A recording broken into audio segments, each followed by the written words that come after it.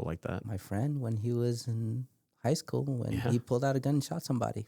Oh man, it's like a Chernobyl Uh-oh. where it goes into a certain. It's coming, signs are coming, and we're about to have a nuclear meltdown. But I insulate all that. I have this false sense of I could control this, but Weird thing to say, by the way. I know. But inside I have no control, zero control of. It's just I'm at Chernobyl. If something happened. I want to thank you guys for clicking on the video and about to watch it. I did want to tell you, unfortunately, I did lose some camera footage from one of the cameras on this as we had the great conversation with Johnson. Sorry about that. We'll try to get better with this one-man shop that I run. I do want to take the time to say, please enjoy the rest of this episode and the amazing story that Johnson shared with us.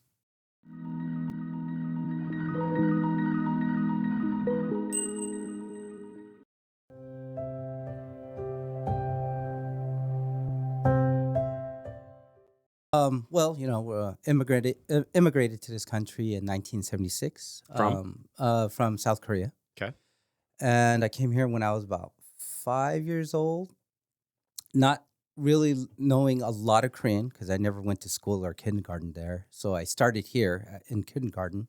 Oh, wow, that young? Yeah. Oh, wow. So you were just literally born there and then came? Yeah. Wow.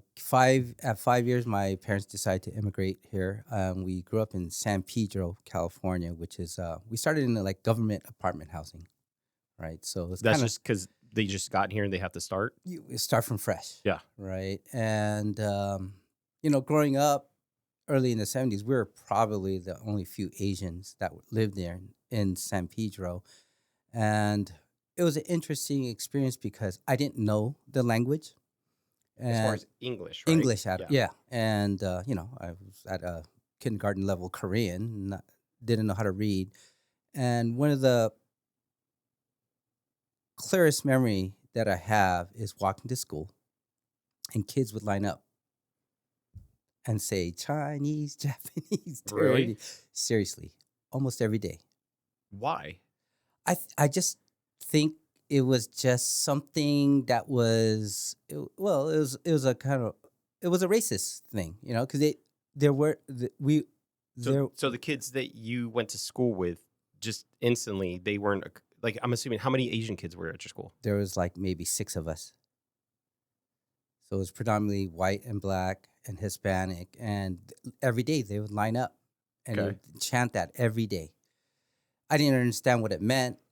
I know it felt derogatory, the feeling that I had, but that was just where we lived. And then we got out of there, moved to North Hollywood.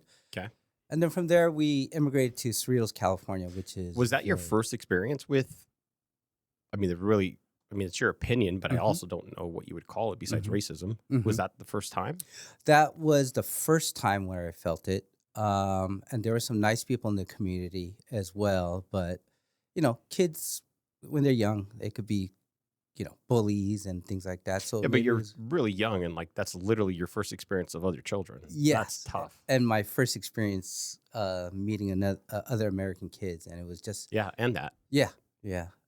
So it was very interesting. When you're that age, you don't know much. So you know it's wrong, but you don't feel it as bad because you just don't know. You just don't know. Yeah. You're not experienced or wise enough to know, other than, well, this is not nice, but you go to school anyways, right? So through all of that, where I felt like I started changing and growing myself was in Cerritos, where it's a suburb, smaller schools, and more diversified there. As far as the community? The community, Yeah. And, my 5th grade teacher, I think, was really pivotal in my life, where, she took me out of class and to talk to me one-on-one, and letting me know, it's like, Johnson, you're smart. There should be no reason why you're performing the way you do. So I'm going to help you. And from there, my scholastic, just my grades and just how I excelled in school just was skyrocketed. I was like, I think student of the year. I mean, it's fifth grade, but it's not a lot. But just from there, my path changed, and when I made it to high school, um, all my guidance counselors and everything, when we used to meet, my parents, since they're Asian, Mhm. or Korean, they're like, "Oh, be a doctor, lawyer, or something," So I'll be a It's the doctor. expectation that you had. The Yeah. expectation, play the piano, do this, and so I did, So I had a 4.0 and above GPA, number From one fifth grade till from until high school, got it. right? And I always excelled being number one or number two in the class, and just on my way to UC Davis to become a doctor. Because And that's what was expected of you, I'm absolutely, assuming, yeah. right? Then I realized I don't like blood. I don't like needles. Kind of And pivotal for a doctor. very pivotal. And at that point where I felt like I was disappointing my parents for not liking that, and one of my best friends that where we used to hang out in the lockers, that's where my life started changing drastically. Why? Because we were situated in a little area where a previous Asian gang used to hang out In the high school? in high school. Okay. Like that was their Like there's spot. a place, like a Yeah, location in the high school? in the high Okay. school where these gangsters were known to just hang out. That's their spot, Mhm. and it was segregated by different gangs. So in one area, it'll be like Barrio Norwalk. Another one would be Chivas Square, Hispanic gangs, and we were not in a gang. And yeah, so we just hang out, and then next, they thought we're in a gang, and they started hitting us up, So and wait, all these people that you hung out with, uh-huh. just what drew you to them, first of all? Oh, Like, to each other, I guess. yeah. One of them was my close friends, and we just met friends upon friends, and So a friend that had a friend be like, "Oh, I come hang out with yeah, them." come Yeah. hang out with us because I was kind of a loner in a way. Mhm. I had friends, but not like a group, and they were my first group that, hey, these guys are accepting me for what I am, and yeah, we just started getting into drinking, and one of them got into a fight with this gang, and next thing you know, they actually joined an Asian gang, all of them except for me. And I Before we go further, yeah, I'm just my own curiosity of exploring. yes. You're hanging out with these folks at school that I'm assuming you resonate with for whatever Hmm. reason, Yeah. and then all of a sudden they kind of get in the trappings for. I'm assuming as a lot of people that get into gangs is it's the need. You either grew up in the wrong, hood, Yes. and that's just the way of life. You have to make a decision at a certain time of Yes. age, or you were just hanging with those people, and then they just felt like this is the only way to get by.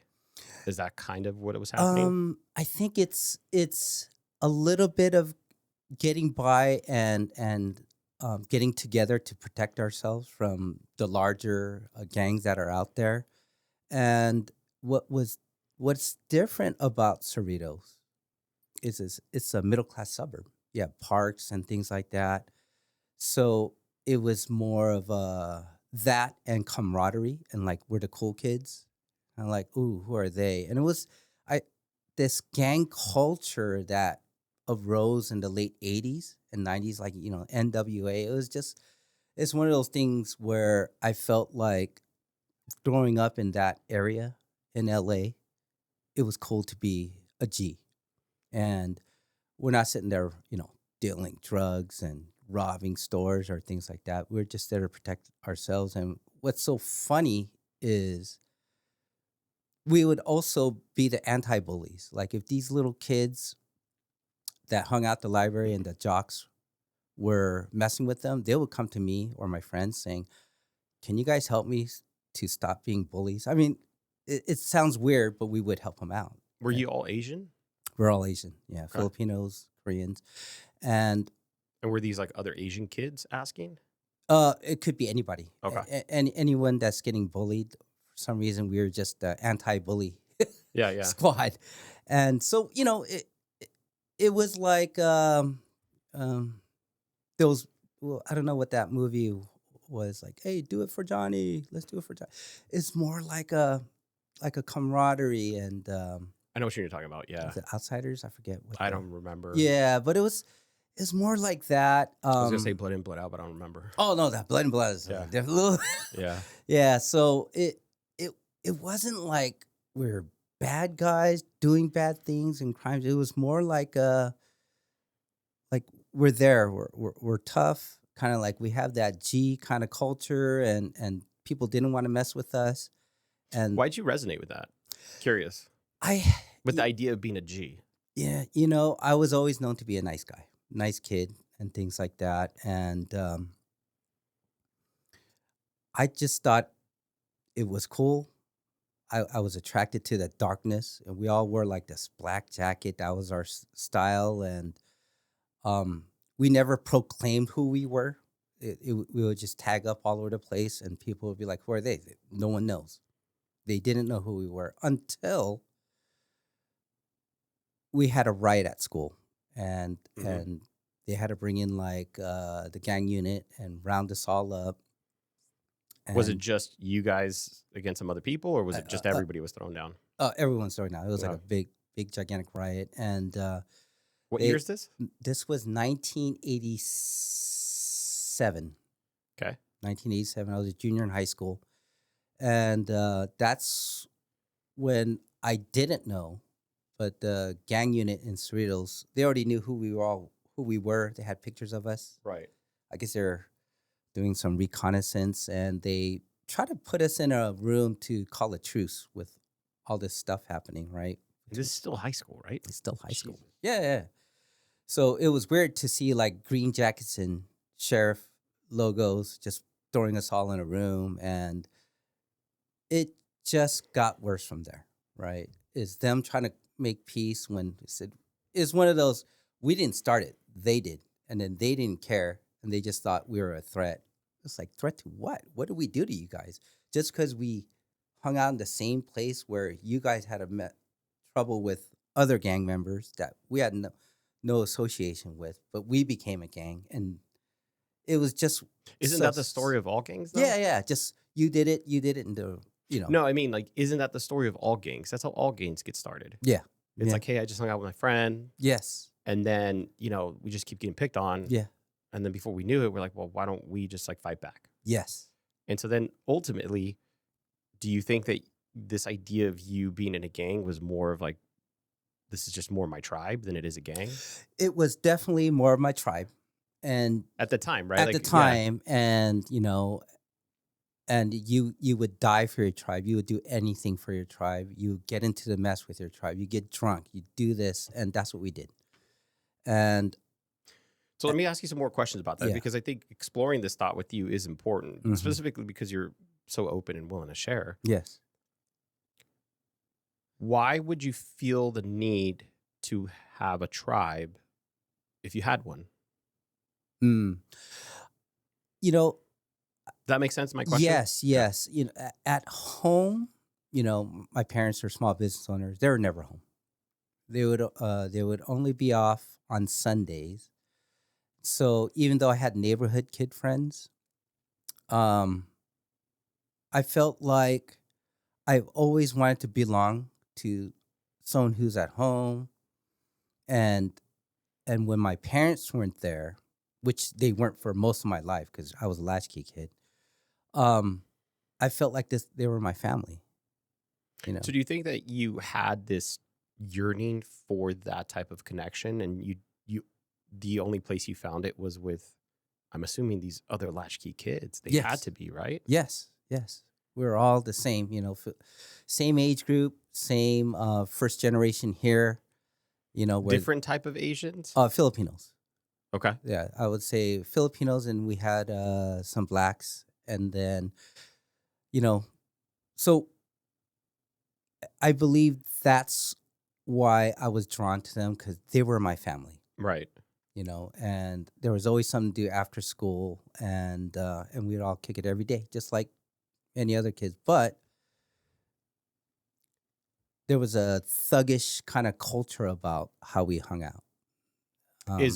Was that because you thought, a lot of people watch Scarface and they're like, that, if I could be that, that'd be super cool. Mm-hmm. Do you feel that this whole thuggish demeanor was something that you guys sought, or was it more like the notoriety that you got from it at the time?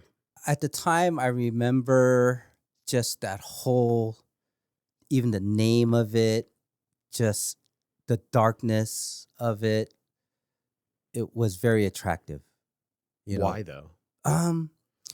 I think it like was because you could look now, you Yeah. could look back, which is Yes. great. This is why I want you to share. yeah. What about that at that time made that seem like this is it? I'm doing Yeah. it. I equate it to somebody who finds like a music genre and like dark techno, the glasses wearing black and things like that. It's like, ooh, what is that? I like it. And it makes me feel good.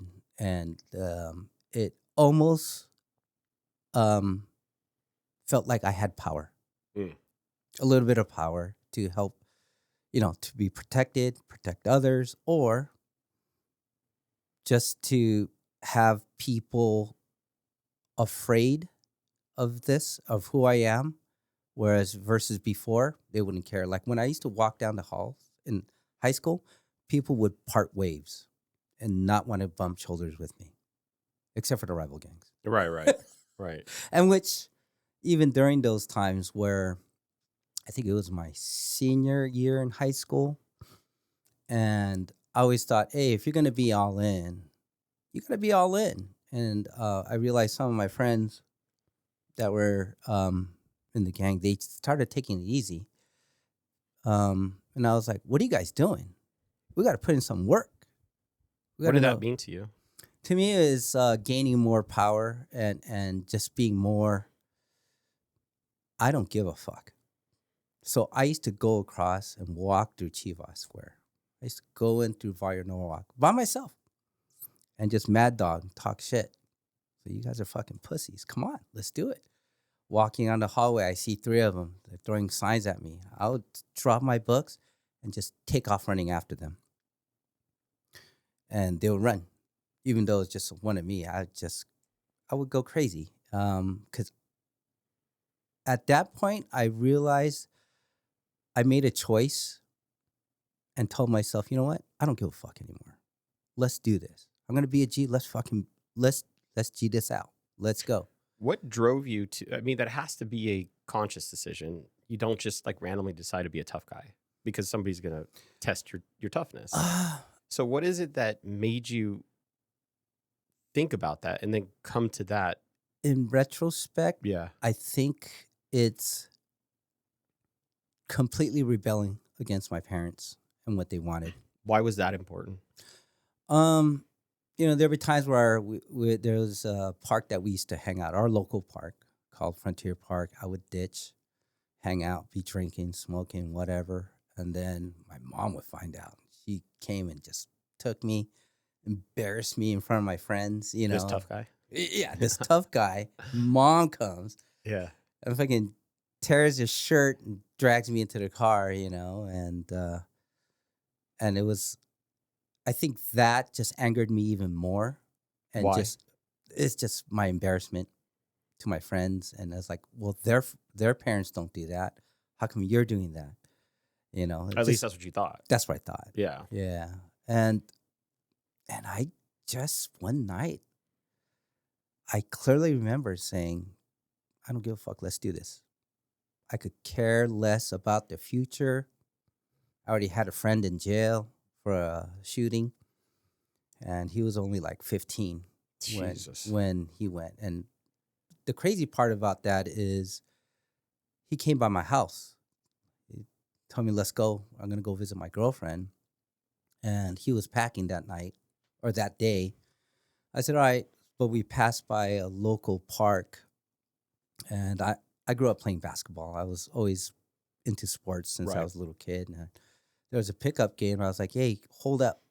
Let me play a pickup game. We won. And I was like, hey, we won. I got to run this back. He goes, well, I got to take off. I was like, dude, just wait for me. He took off, and he just wound up meeting some other friends. They were in a bad part of town where we shouldn't normally be. Yeah. And he almost got jumped by a truck full of other gang members, and he pulled out a gun and shot him. And if I was there with him, Yeah. I would have been locked up. So it's just, I don't know if it's divine intervention or something that caused it. I mean, I would have been in jail at 16 years old and wouldn't be. You don't think really there would have been a point of recovery after that? Because you would have just been like, I'm I'm locked set. up. Yeah. Yeah.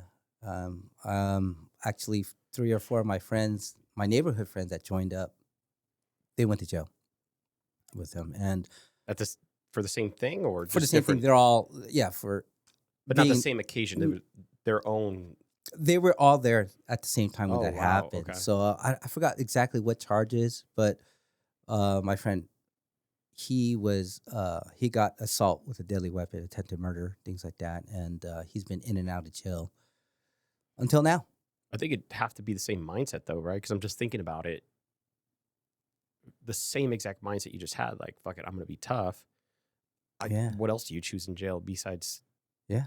I'm not going to be the punk, Yeah. right? Yes. So then I think that just goes further down that You dark just hole. Yeah, you just keep sliding down that slide and you can't get off. And when he got out, I try to help him out, and I go, look, don't hang out with anybody, just live a boring life and get a job, blah blah blah. In and out, in and out. And he just recently, I'm 55, so he got out 5 years ago, and finally he's chilling and taking it easy now because he knows if he goes back in again, that's it. He's done. Does California still have the 3-strike rule? I believe so. Yeah. They still have to do straight. So he's on his last leg. So I mean, just little things like that, and even during that time. Do you think Well, that it's let's say for you, we could say divine intervention, right? Yeah. But what if you already had chosen your own learning lessons where you're just like, those weren't yours, they were their learning lessons, and Yeah. you're sharing some of them already that were like Yeah. specifically yours. Yeah. I'm still curious about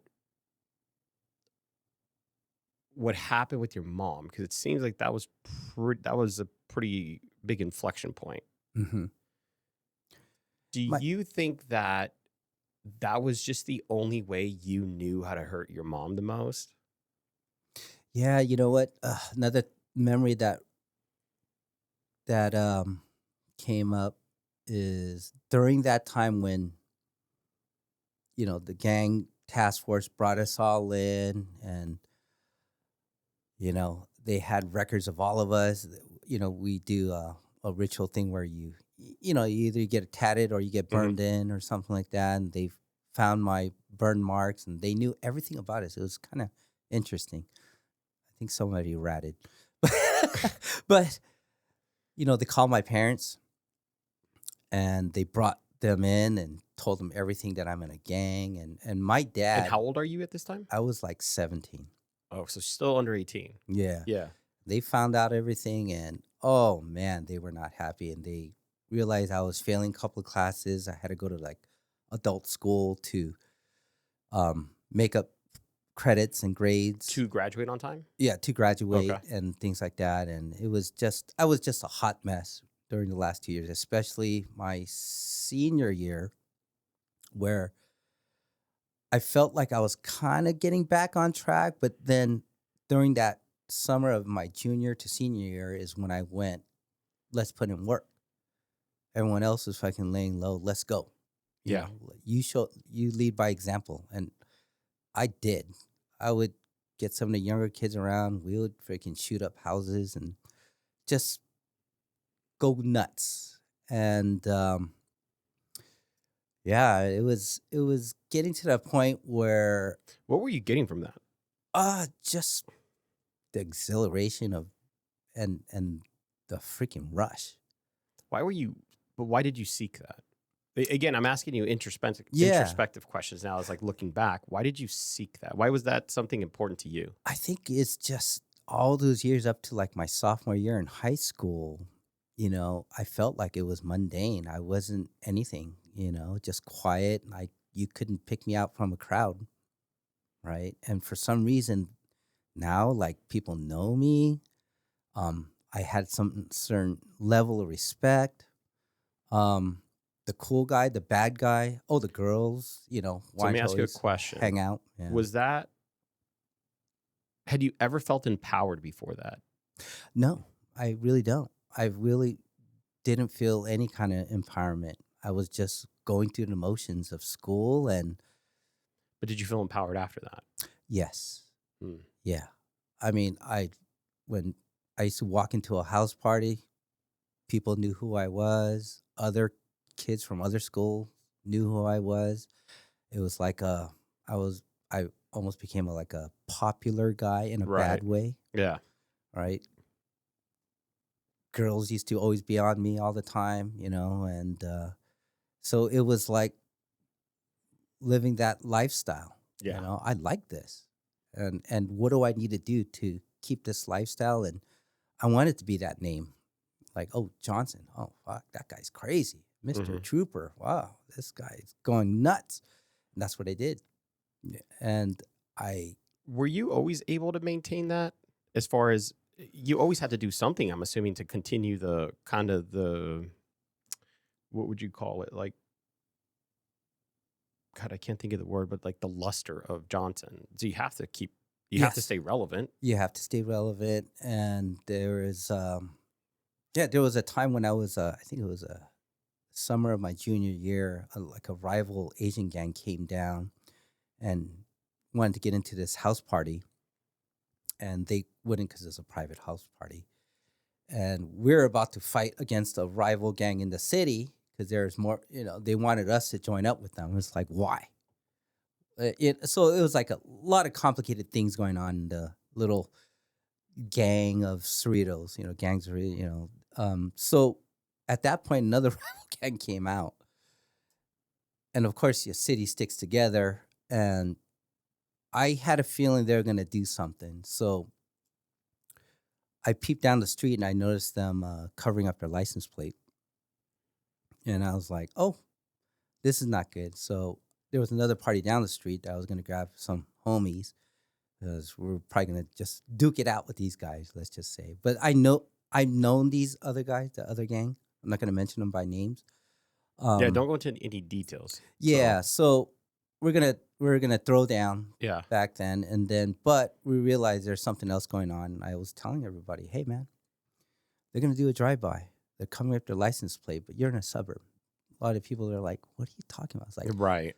they're gonna do a drive-by. I need you guys to get back in the house. No one be up front. So I went to grab my other homies, walking back up. That's what they did. And they shot up the house. And there's a little Korean girl that I knew that her mom would never let her leave. She was only like 15 years old. Her first house party, she got shot and died in the front door. I had to step over her body. Oh, God. And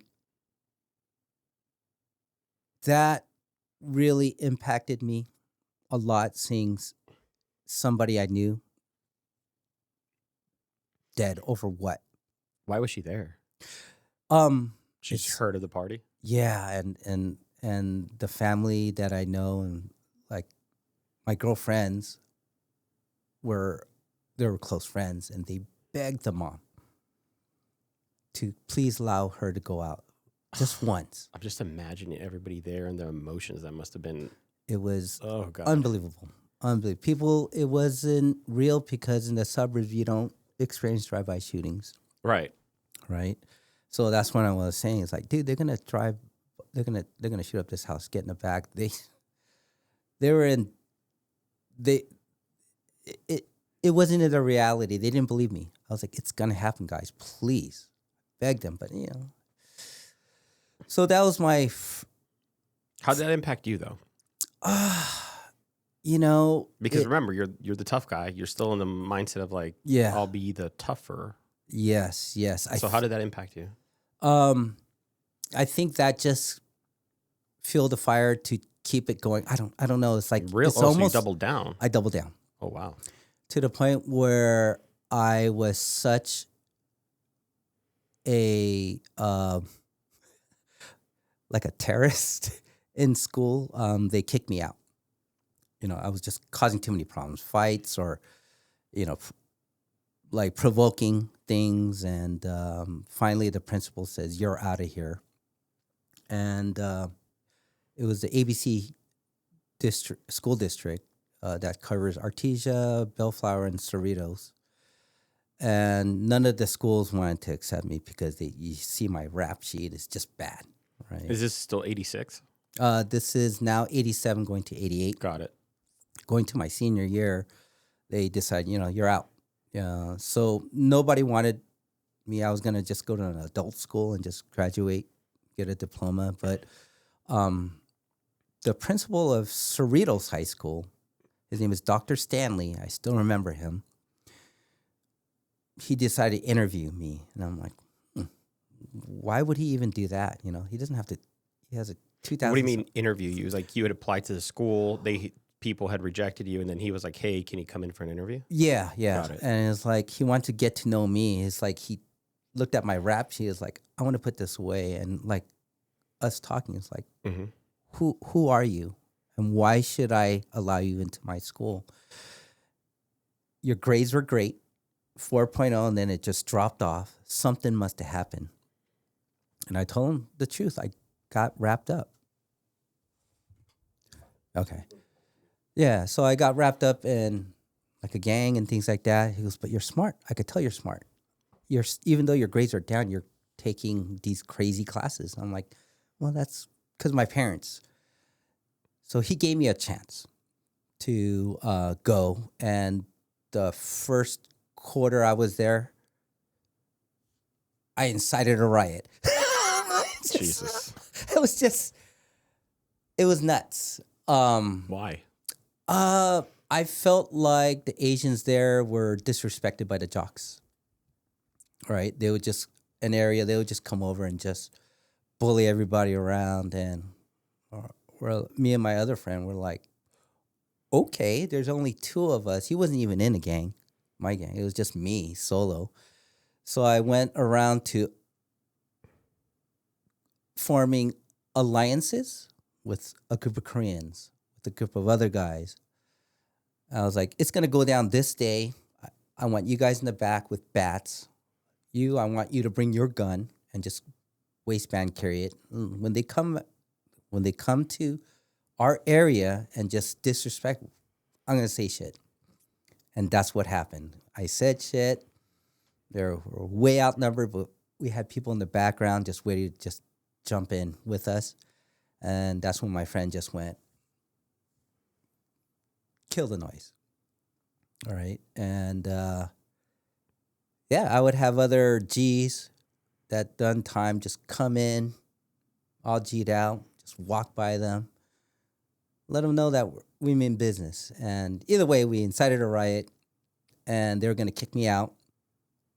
But by that time, it was like first semester was done. I got there like the second quarter, incited a riot, and the last semester was, I think what changed me was I wasn't going to graduate because of my grades.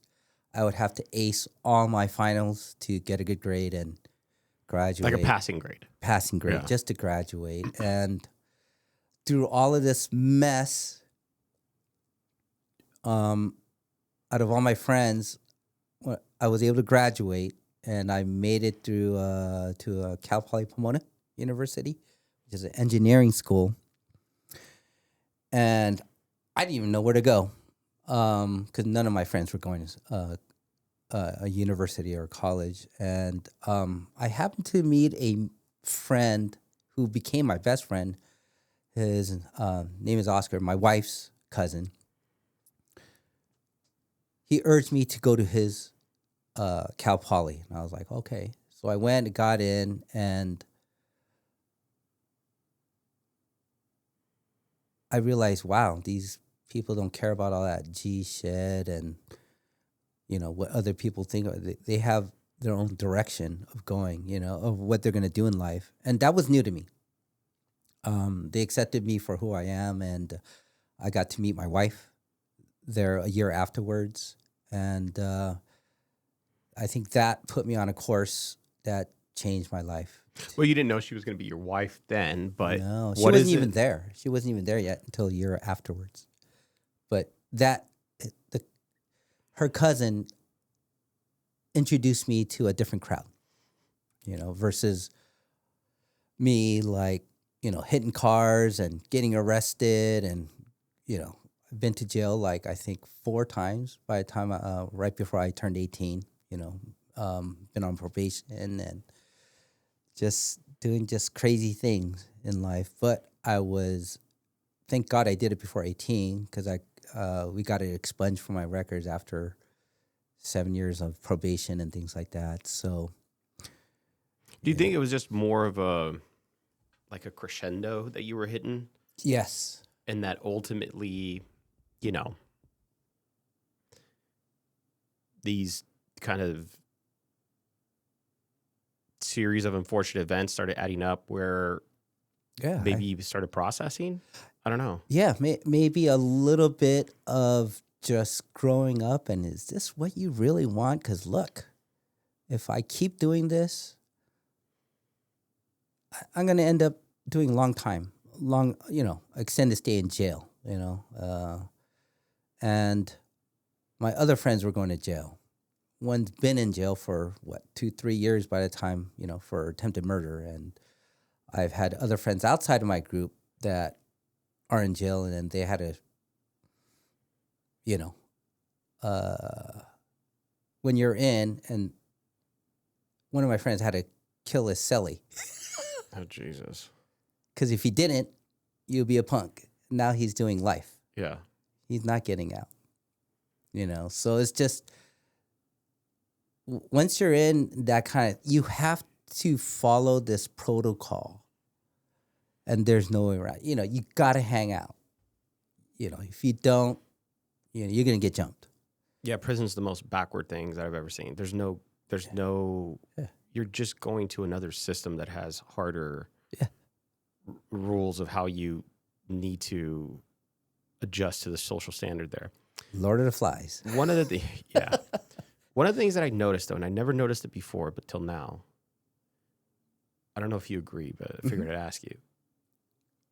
You recount these things with some fondness to it. I see it in your eyes. Yes. What's the fondness in it? Again, no judgment. It's just more of an open question. When I think back to it, it's just such clear images, the feeling exactly how I felt, the high, the lows. And I have no regrets about it, because that's what I chose to do, good or bad. And to be me now, to think back that I did all that crazy stuff, but yet here I am, with a great wife, 2 great loving sons, a grandchild. It's my story, and I can't change it. I'm not going to say it's 100% non-regret. There are a couple of things I would like to take back that if I could, I would, but you can't change that. It's Right. written in stone. So did I enjoy it in a way? I did. I did enjoy it. The recklessness, the Do you think that makes you a camaraderie. bad person? I thought about what is a bad person. Like, for example, if I were in jail and my cellie was a murderer, you talk to the guy. He's a normal person. Maybe the situation went the same. Yeah. But I feel like, what's the difference between a good person and a bad person? Bad person made bad decisions, and that's why But you talk to those, watch those prison shows. You talk to a guy who's rehab, been in jail for like 20 years. They're about to get parole, and you talk to them, and you hear about their lives. Like, are they really bad? I mean, did he just make a bad choice? I'm not saying there's not evil people out there, like a Night Stalker. I mean, that's pure evil, right? There's some pure evil people, but I feel like the redemption for a lot of these people is you made bad choices, bad decisions. And if you pay for it, but innately. So do you think it could be boiled down more towards it's not the act, but the intent behind it? The intent behind it. Meaning this is the difference between like I think this is how it is, the committing a heinous, like violent act out of like duress or stress, like, compared to like a premeditated murder. There's a big difference in how they charge you when that happens because one shows the intent that you had the veracity to like think about it, plan it, carry it through. Yes. And the other one, you were kind of like lost to a moment of emotion. Yes. And you did something that was really bad. Yeah, I agree. So do you think that when you speak, because I see how you speak about, and I think maybe this is what gives you that perspective, you've made some questionable decisions based on you, not somebody else's opinion of you. Yes. And you would say, well, if I put myself in that situation, maybe I made those decisions, maybe not considering certain things. Yes. So I will forego thinking about certain things. And you know what?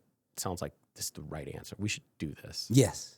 But that doesn't make you a bad person. I agree. So is that kind of where you're heading to? Yes, yes. I mean, inside, like my closest friends, they know who I am. Since we're little. I still have lifelong friends that we still get together till this very day, and they know who I am. It's just, I think exactly how you framed it is, I've made those decisions that got me into a lot of trouble where they didn't. So some of them are no records, right? Yeah. So, or most of them. So where do you think the fondness comes from? Because I'm trying to figure this out. Do you think the fondness when you recount these memories, have you ever felt as empowered now looking back as you did at that time? It's an honest question. It's also it's a very personal question too. So you don't have to answer if you don't want to. At that point, you think you're empowered, but you're really not. No, but remember, the sense of empowerment. Oh, the sense of empowerment is different than how you follow. It's like those people that really have power, you never know. Yes, yes. So the sense of empowerment, have you ever felt it the same? At that point, it's hard to answer because, like, when I think of having empowerment, it's completely different from back then. Like, I think the way you might be saying is the way you would define empowerment today is maybe different in how you felt it then. Yes. Have you ever felt it like that sense? Oh, like that specifically? Yeah. Because when you recount it, you don't recount it as like here's this fond memory of mine that I had. You could just see that like energy come out of you when you say it. And I'm like, oh, that's more of like you just said, thinking back, I feel it. I'm saying it again. I'm kind of back. It just seems more of, it was this thing that you were able to experience emotionally rather than feel. You follow? Rather than, I'm empowered because I know my own worth compared like I feel powerful. I think the only feeling that came close to how I felt back then, or just feeling it emotionally powerful, is being a gun owner. Okay. So I see some similarities there. Similarities, right? Okay. Like where, I don't think I would, just 2 years ago, I would not, if you were to ask me, hey, you want to be a gunner? I was like, nah, it's cool. Yeah. I don't need that. But now that I am, I felt almost like that kind of emotion of, oh, wow, when I hold this in my hand and I feel that same kind of power Yeah. emotion Yeah. would be the only thing that would be similar to that feeling. Interesting. Yeah. That's an interesting observation. No one could fuck with me. Yeah. That's more power than empowerment. Yeah. It's just a weird thing, almost a foreign thing for me to say. Right. And even to my family, they're like, "What? You what?" Yeah. Yeah. But you're sharing openly. So Yeah. again, this is the beauty of this podcast. It's about sharing where you are so that other people that are not as brave as you can maybe start thinking about these things. Yes. So you like the sense of power. We now know this. Yeah. And you get it in different ways. Mm-hmm. You took a pause in feeling powerful, obviously. Yeah. So you went to Cal Poly, you graduated, Yeah. you met your wife there. Yeah. What is it what allowed you to say, I need to write a new chapter that's very different than the previous? Yeah. When I met my wife there, I was 20, she was 19, and she got pregnant. Oh, so it was that. Yeah. And man, that I knew, okay, even though I was still in college, I was still, in touch with my homies. So you were still trying to keep one foot in?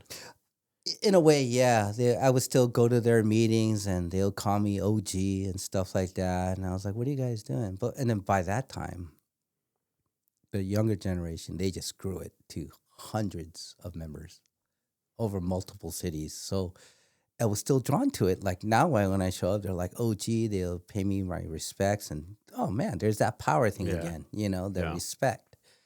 But I had to give it up because now I'm responsible for. But what does giving it up look like? Giving it for up somebody that's never had to do it? Like I've never had to do that, so I don't know what that looks walking away, and with a lot of gangs, you don't walk away. Right. You get jumped out or you get killed out. So for me, it was, I'm not hanging. I'm not going to your meetings. I'm not going to be involved in directing what you guys should do. I'm out. I got a family. So the whole time I was living this other life, my own gang was after me. Either to jump me, hurt me, kill me. I don't know what they wanted to do to me. But, by that time, I'm like 20, 21. I'm not going to these house parties anymore. I'm just hanging out with my wife and my son. But other people would tell me, hey, we had this party here. Your boys showed up. They said, they're asking where you were. And they're looking for me. So this is just more time away to see if, like, with time, they just forget. They didn't forget. Yeah. So, I had to deal with that. Well, they had to have forgotten you're here. Huh? Right? I said they had to have forgotten you're here. Yes. So what I'm saying is, again, the way that you just said it, for somebody that's 21, 4 years isn't very long. Yeah. For somebody that's, what'd you say again, 55? Yeah, 55. Yeah. 4 years ain't shit. You're like, yeah, I shit 4 years. You're good. Yeah. So I think it's just the perspective of time. When you're younger, 4 years seems like a long time. Absolutely. As you get older, because you have that experience of time, you're like, 4 years wasn't that long. But say that to a young person, that's like, what do you mean? That's forever. That's like, so I'm assuming you're responding from like how you felt then. It's like, oh no, they didn't forget. They were still around. So I'm assuming you had all those years that you had to go before it really was, okay, they get it. Like, it's a whole different, you're done. I'm done, and they were done, and things change. I know they're still around, and there's some crazy stuff that they've done afterwards. They actually made a movie about a killing that they did, and I think it's called A Better Luck Tomorrow or something. It was out several years ago, and it was a crazy story about murder and stuff. And what about having? Because this is what comes up for me as you telling me your story, right? Yeah. you wanted a sense of family, couldn't find it with your own. You have this sense come to you now when you have this like brotherhood of other people, this tribe, and then all of a sudden you have a new blood bond, Yes. which is your child. That Yes. you're like, whoa, this is a family. Yes. What makes you shift those priorities? It doesn't matter. You could have you could have still kept doing the same thing. I could have. So then what is it that actually started changing you? Yeah. What was crazy is my parents never knew about Dinah Being pregnant. being pregnant. We were still in school. And I knew because of how they are, I was not brave enough to tell them, hey, I'm going to have a kid when I'm 20 years old, mom and dad. So I kept it a secret. And I was 20. Wife was 19. We weren't even married And yet. in college, right? And in college. So, we kept it secret from both our families. Like, my wife is like the princess of the family. She was supposed to be a biologist. I'm supposed to supposedly be a doctor or something. And then, boom, this happened. And we had that life or thought of us against the world. We're going to do it ourselves. And I was all in on that. We're going to do it. We struggled. We lived in her stepmom's grandmother's house, rented a room in this crazy side of Whittier, Southside Whittier. But that's where we lived. And from there, she went to nursing school. I was the Mr. Mom, 20-year-old. So did you finish college or no? No. Got it. I went 2 years, and then I went to tech school in my mid-20s. I became a Microsoft certified engineer because we were barely making it. Right. We didn't know like how do we make car payments. I think America was under a big recession. What year is this now? This was 1997, 98. So we went 10 years now. Yeah, basically. 10 years just going down. Oh, I'm sorry. 1992, 93. My bad. Okay. All right. So, we had our son and we're barely making it. My parents found out, of course. But, we didn't accept any help from our family. We just wanted to do it on our own, which was in hindsight. How long did you guys keep it? Until he was born. Oh, okay. So then they found out when he was born. Yeah. Okay. Yeah. So, we struggled. We struggled, but we made it. And, by that time I was 20, 21. We didn't see it as a struggle because we were just so young. Yeah. And we just did it. The beauty of ignorance. The beauty of ignorance. That's, ignorance is bliss. Yeah. And thinking back now, it's like, wow, how did we do it? We have way more now. We had nothing, but it was just me and her and our baby and we did it. Took a while. As you share all these, your kind of defining moments, how did those moments influence how you became a parent? I think it's going to be very cliche, but, I don't want my kid to go through everything that I've been through and my pitfalls and decisions. Like when my son got to being in junior high school, I could take a look at his friends and I know who's who. I was like, hey, this guy right here, he's your troublemaker, huh? You smoke cigarettes? Offer you cigarettes? Just I already know. Mm-hmm. And what was different is we were the family where, hey, you guys are going to go out in high school, come to our house. You guys want to drink? Come to our house.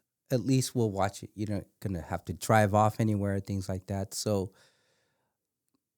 being from where we came from and my background, I became opposite of what their parents were like, where they're like, right, like, oh, you can't drink, or oh, you can't do what teenagers, because they were predominantly like Asian too, like my parents were, and I wanted to give them a different perspective that you could feel safe at my house, and Or at least giving them a safe space to do those things. yes, and for my kids, they could feel comfortable just being who they are with their friends and not pretending to be something else, or just be on their guard. I know who they are. They know who we are, and we were like the cool parents of their friends, and yeah, and I think that was my primary thing. Is I didn't want my kids to go through that. That you don't have to rebel. Just do what you want to do in life and be happy, and we'll be happy for you. Versus when I told my parents, I don't want to be a doctor, they're like, no. Right. There was no, I had no choice. I had to be this or that. I could, if I could have chose to be a park ranger or a marine biologist or something like that, something outdoorsy that I wanted to do, it would have been, my parents would have been satisfied with that. So maybe all of those little things that not meeting my parents' expectations and the culture, and I do have an older brother who's a complete go-getter. Like in a Korean family or Asian family, the first son is numero uno. He gets everything. The golden child, yeah. The golden child. And then my brother, pretty much excelled. Like he was the first Asian student body president of Cal State Fullerton.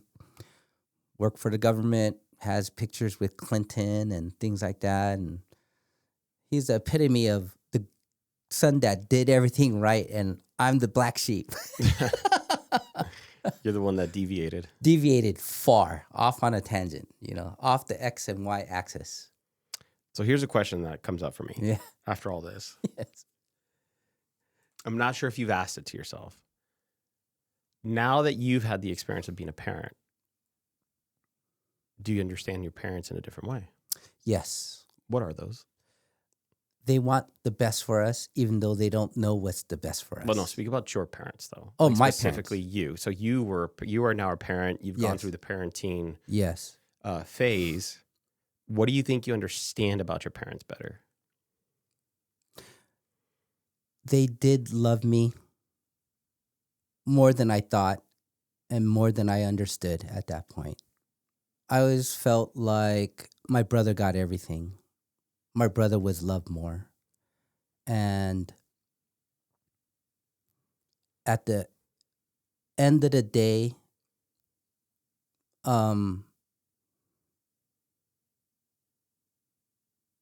my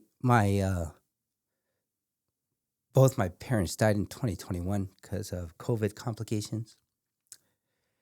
And when I felt that I was validated was I became their primary caregiver during their tough times. The tough times when their health was failing. My dad had cancer. My mom had several heart attacks, bypass surgeries.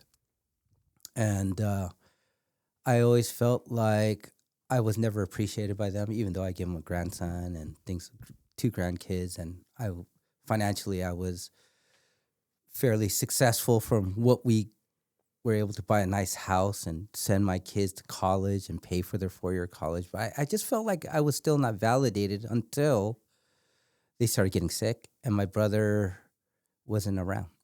He was not saying it was his bad or anything. That's just how he is as my older brother is. He had to do what he had to do, and he just wasn't a provider, like a healthcare provider or just someone who would come down every day. Yeah. And I chose to live close to my parents, knowing my brother's not going to do shit. It's going to be me, and I was the one who took care of them for the last 3, 4, 5 years of their life. I mean, it's like morning, noon, night. What do you think that experience taught you? Humility, For what? just about I have to give more than I thought I could give. And that taught me a lot because I didn't think I could do this. I didn't think I could wipe my dad's butt when he couldn't go to the bathroom, missing work, taking time off work constantly, like to feed them, to make sure, go to all their doctor's appointments. There's times in my life where they were in 2 separate hospitals at the same time. I'm bouncing back and forth, marriage, my career. I even opened up a small business in 2012 to 2017. I ran a pretty large vape shop with a full-time job and taking care of my parents. It was just, I was humbled that I could give so much of me for others and for my parents. And the validation came when they were both really sick and they just said, there's this name, I forgot in Korean what it's called, but it's translated to "you're the one." They thought it was my brother with his high-profile job, political job, but you're the one who's here with us.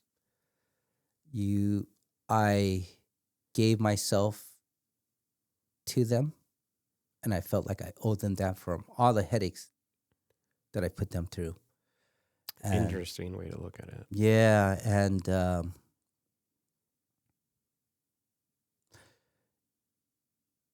it got so much where, golly, 2021 was a rough year. My dog of 16 years died September 15th, I believe it was, or September.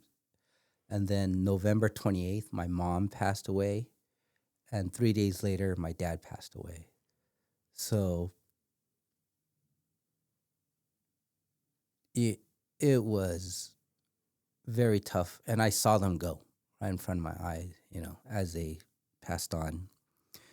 And I thought that could have been another tangent I could have went off the X and Y axis, where a lot of my friends and family thought I was going to just go nuts. Why?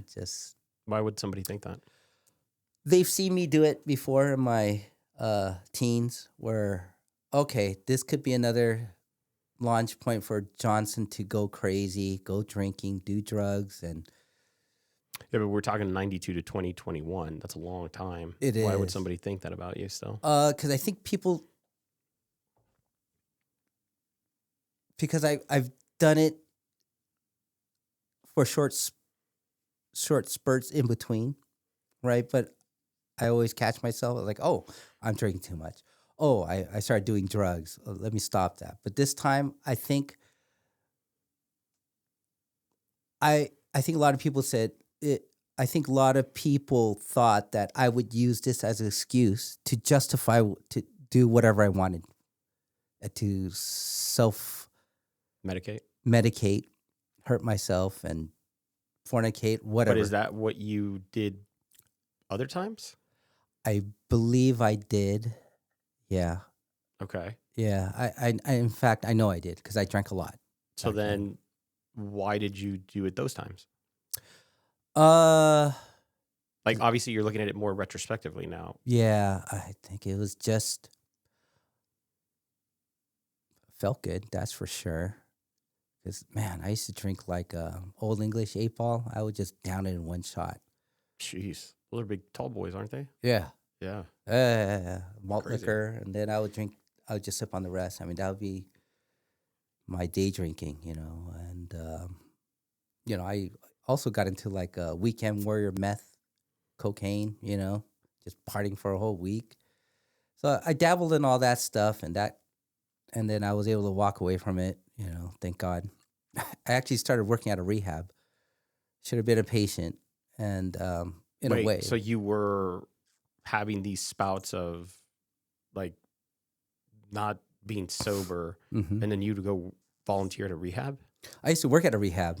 Or like work? Yeah, I was a admitting person at a rehab working with. How was that? That's a Oh, it Quite the was. dichotomy of. Oh yeah, I mean, man, it was crazy. Like the facilities engineer was a big time cocaine dealer, so there'd be a lunch of all these patients outside behind the door. We'd do lines of coke At work? at work. Oh my God. I would show up to work completely bombed out. It was in my early 20s because I was still drinking and doing all this mess, and I would come to work just reeking, just hungover, and the mental health workers like, dude, you can't be checking in patients. I can smell the alcohol on you. Yeah. And so I would go in the back, and my other friends would cover for me, and I mean, kudos to you. You still showed up to work. That's the crazy part. Like, no matter how irresponsible, I guess you always had to clock in for the responsibility part of it. I had a mouth to feed, so it's just interesting. I used to hang out with the patients more than my coworkers.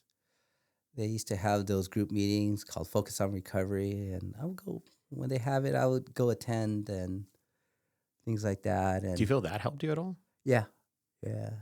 So literally being a patient without being a patient. Yeah, without it was like free inpatient, treatment, and that got me more aware to. Why'd you get that job to begin with? I don't even know how I was just applying, and there was a time where I did dabble as a admitting person for Kaiser Permanente because I needed to find work, and That's a hospital, right? yeah, it's Hospital chain in California. Yeah. big HMO, and it was tough because it was on call. I could, it was hard for me to find a babysitter when my kid was like 1 or 2 years old. Yeah. So I found a place that were more flexible hours, and it said Orange County Community Hospital. I was like, it's a hospital, but they're an acute care facility. And I'm like, what does that mean? When I went in, it's like I found out it was an inpatient rehab. Meaning like they check in for it, right? Yeah, you call a number, they ship you in, they go treat you for how many months, and seen some very interesting patients in there. And as funny as I always say, I worked there, but I was actually a patient there. So that funny that you didn't think of that one as divine intervention. That too. I mean, you know what? I think there's a lot of little turning points like that maybe I haven't communicated that turned me to a certain where here I am. It's Right. because all those little turning points in my life, and that was. I think that would help me get off of just drinking, abusing alcohol, and either coke or meth or whatnot. I mean, not that I was highly into it, but when I did abuse it, I abused it. So it was. When did you? So curious. When did you find yourself abusing it? What was happening in your life? Have you ever tried to cross correlate that to see if there was a commonality? Yeah, I mean, in my 20s, I was doing meth, coke, ecstasy. But what is it that? What was it that was happening that drew you to it? It was. Have you thought about it?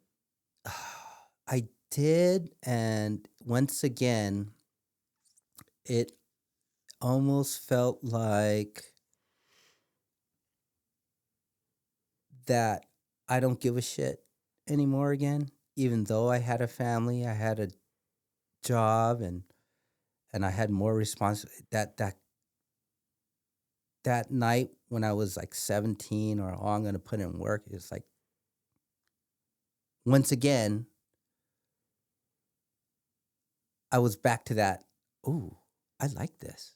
I like going out late at night and hanging out with my drug friends and not coming home till like 2, 3, 4 in the morning, and just coming home wasted and going on these little binge runs again for like a week or 2 weeks at a time, and then I would stop. I was like, oh man, I gotta be responsible. I have 2 kids now. And was it more just the rush of like, here, I'm doing something again? Yeah. And then it's because I'm assuming, how long into your 20s did that happen? I think probably to like 28. Oh wow, it was quite the run. Yeah, it was like a 6-year undercover run that I was doing, And at that time, lo and behold, I had a cousin on my wife's side that hung out, was doing drugs with me, and he was in the same gang. And we'll go out, almost same thing. Oh, these guys from Carson, and we happened to see him on the street. I said, go flip a bitch, go stop right in front of him, right? I rushed out, ran over to their car. Here's this tough guy again, though. Here it is. Understand I don't. What is understand it that myself. attracts you? Is it the feeling of power that you just like that? Because we were just talking about the guns. So Yeah, do you think that do you think that that's addicting? If I could give you a drug to make you feel that power, do you think you'd be addicted to it? yeah. I definitely have an addictive personality. I mean, like, now I try to, going to a gun range and shooting a rifle and handgun, and You get the rush. You get that rush. It's adrenaline rush. I mean, well, why do I climb? Why do I hike 22 miles and hit a peak? What drives you to that? I'm curious. Like, have you ever thought about it? Have you ever sat back and thought, I really like this? Mm-hmm. Why? I don't come across as a competitive person per se, but when it comes to, like, when I was in school, I want to be number one. Working in my engineering department, I want to be number one. When I play basketball with my friends, I'm Kobe Bryant.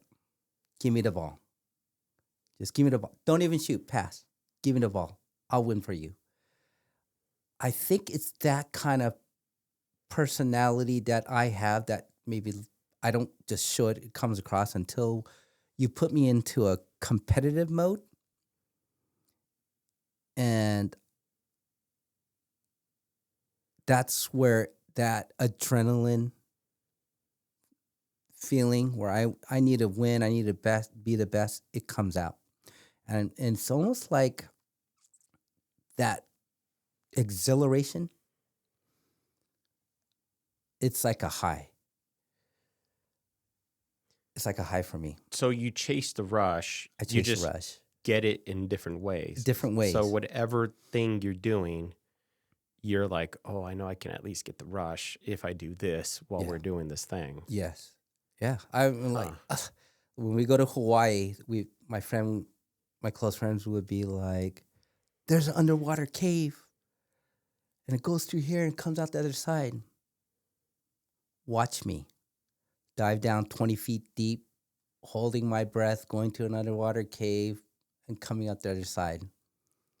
The rush. And they're like, you're crazy. Hey, but I did it.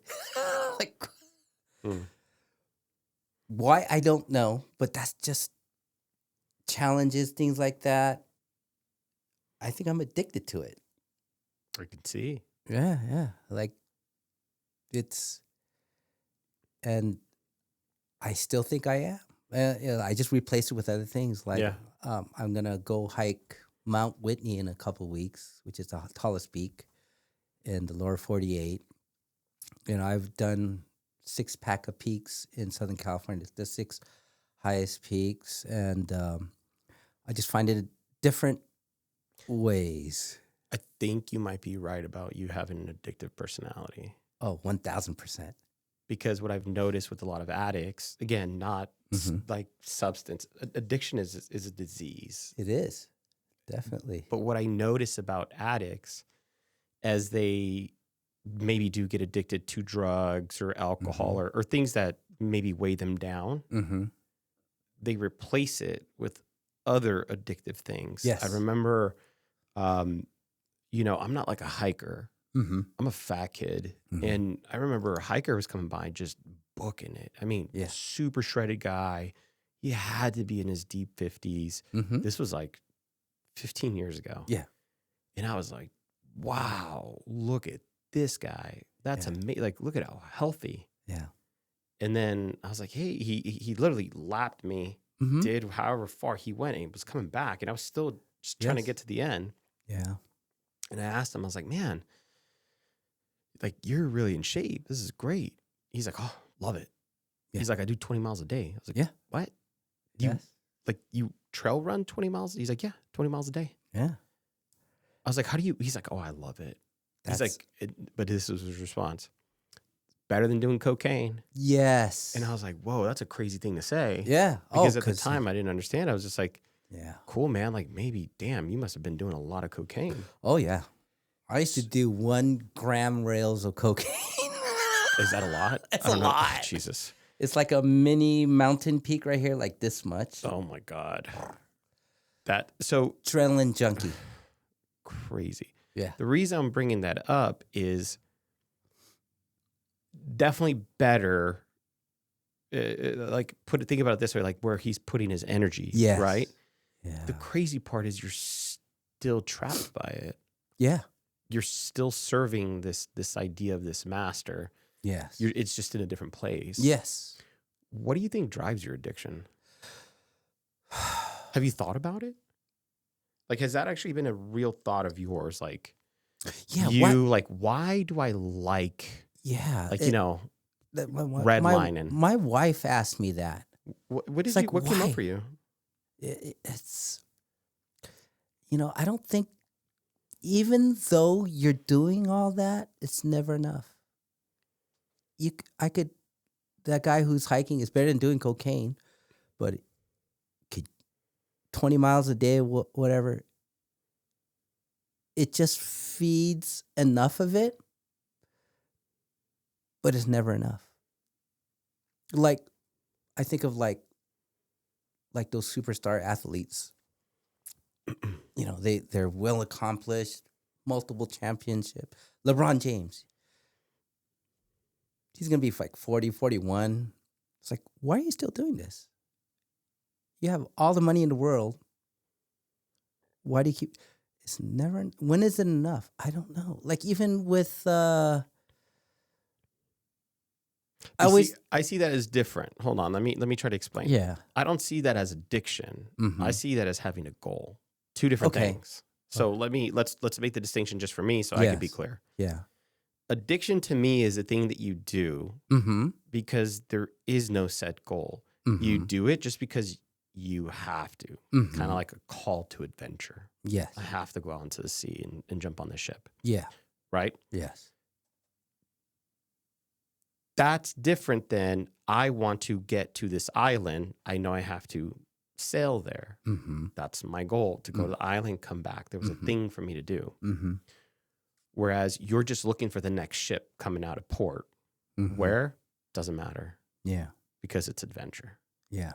So that's how maybe it's a good analogy. I don't know. Like that's how I see the difference between like a goal-oriented person and an addictive person. Yeah, I see. So I'm trying to understand, is there a way to maybe make those cross to say, if I put goals to my addiction, do I not get the rush? Follow what I'm saying? Like, does it ruin it for you? I don't know. But have you ever thought about that? I haven't really thought about that in that perspective. To me... But think about it now.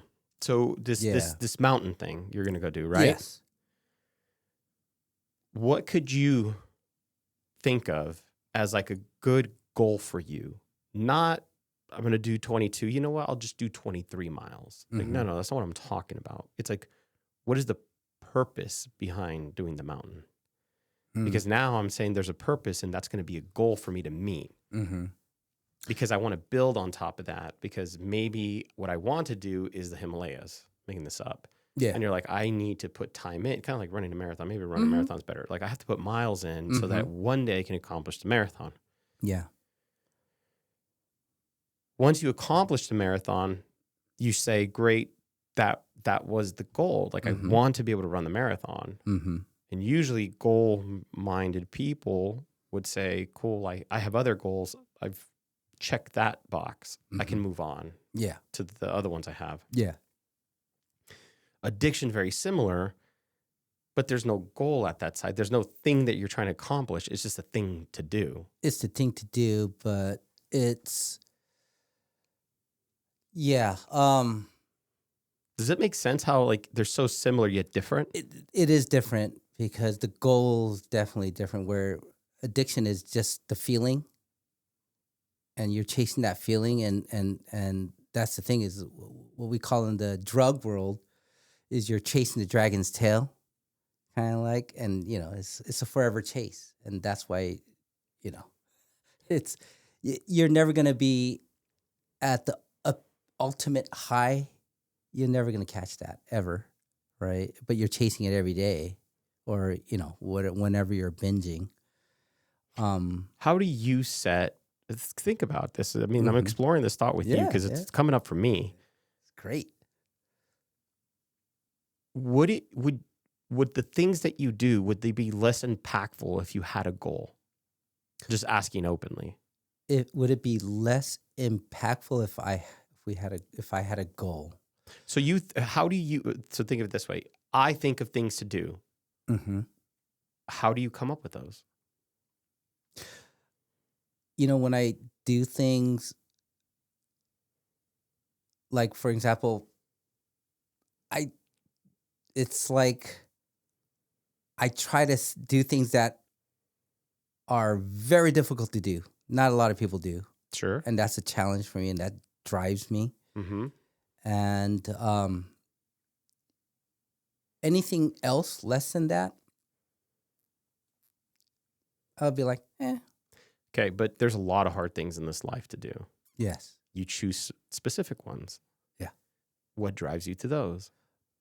Like I said, it's just that challenge. I'll give you an example. When I went to get certified as a Microsoft certified engineer, I went into that with little or no money. I had to borrow money to go to school, and I didn't even know how to operate Windows or know any DOS commands. Didn't know what the hell I was doing. I was in a room with all these experienced engineers. I came home crying. I wasted $20,000. Oh my God, I don't even know what I'm doing. I feel stupid. I could barely operate Windows. By the end of the class, when we were done, I was top in class. Those engineers were asking me questions. So I hear the drive. The drive. But we've already spoken about that. Yeah. The competitiveness of you comes out. Yeah. That's different than why a Microsoft engineer. So you gave me that example. Mm-hmm. Let's explore the why. Why that? Because it could have been anything else. You could have become a Cisco certified engineer, which would have been equally as expensive and equally as hard. Yeah. So why Microsoft? What made you choose that? I knew that was going to be the future of server operating. So I did a little research that it's going to replace like the Novell NetWares of the world and things like that. The mainframes at that time, I'm assuming. Yeah, mainframes, and that's what I chose. I could have chose other things, but that was the hot item.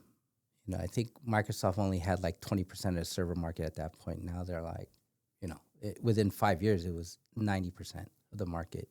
So I knew I had to go into the wave of the future, and that was probably the best route for me if I could. I mean, for sure, it sounds like it, but I mean, that sounds very logical to me.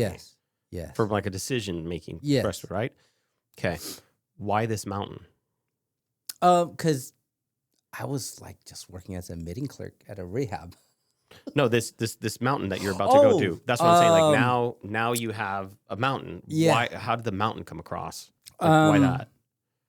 When I started hiking, I just wanted something that's challenging for me, and it's on my bucket list of items to do in my page of Johnson On. Yeah. And Mount Whitney, I heard that's it. You want to climb the highest mountain? One of the toughest one is Mount Whitney. Let's do it. I'm assuming in the U.S. In the U.S., yeah. It's in the central California, Sierra Nevadas, and it's the highest peak. 14,500 is the highest, and it's, as a hiking person, you mentioned, I've done Mount Whitney. You're like, oh, wow, that's cool. Yeah, that's challenging. I did it. See, but that doesn't sound like an addictive outlet. No, As that's far more. as like you did it for the addiction, it sounds like you are now doing it for the clout. Yeah, that and Does that make sense? Like so it's not yeah. like I just have an addictive personality. I randomly chose to do Yeah. this thing and I can't get it out of my mind. I Yeah. now must do this random thing. Yeah, I don't find randomness with it. No, it's definitely a goal. You know, I started with a 6-pack of peaks, and then ultimately it'll be Mount Whitney, and then Right. it'll probably lead on to other goals of if I could do Kilimanjaro, I'll do Kilimanjaro, Mount Fuji, and the base camp of Mount Everest would be other items to add that I would love to do. So then I'm still trying to figure out for somebody that all of that sounded logical to me, and you sound like you thought about it beforehand in order to have that opinion, because otherwise you would have said Everest, base camp Everest, that's where I start. You're like, okay. Yeah. But that's an addictive personality to me. There doesn't seem to be logic. I'll just pull it down. There seems to be no logic to the thought. There's just the chase of the excitement. Yeah. And just the experience of having all these peaks underneath my belt. Right. But what I'm saying is an addictive personality person that drives with that would have said that's first. Yeah. Everest is first. Right. Everest is first. Yeah. But you don't have that approach right now. No. So where does the addiction come in of when you've been addicted to these thoughts? I'm still trying to understand because there has to be something there. Yeah. You know, I don't know. But I just don't have that addictive personality. My addictive personality is to like food. That's why I'm fat. So for me, I can understand an addict's perspective. I did a podcast with one of my buddies, and I get that. I get the addiction part because I'm like, damn, you know what would be good? Ice cream. Really? You just ate? I'm like, yeah. But ice cream sounds like perfect. That'd be the perfect topper. There's no logic in that. Yeah. There's no like, oh, well, you know what? Am I hungry? Do I still need calories? There's no logic. It was just like, it feel good. Yeah. But that's the feeling, right? And it's almost like man, how do I explain this? When you do a crazy hike, you're putting yourself through just pain of hiking, going elevation, like less oxygen. And it's interesting because it's almost like a anti-addictive kind of climax when you get to the peak. How so? Where some people feel exhilarated, like, I did it, and you get this little surge of energy. You get that, but when you get there, it's almost like a calming thing. It's like the opposite of doing, speed or cocaine. It's actually a sense of kind of calmness, and it's almost like it's an addictive feeling, but in the opposite spectrum of the emotions that you feel. It's not just you're ultimately high in a way you are, but the peaks that I've done, I mean, I don't know what the exhilaration you feel from being on top of Mount Everest. It might be a whole different thing, but it's almost like when I get there to the peak, I sit down, take a deep breath, and just enjoy the solitude and quiet. But compare that or contrast that to shooting guns. Does that make sense? Yeah. That's another activity now that you like. Yeah. So when it's shooting guns, you have power, you have that gun or rifle in your hands, right?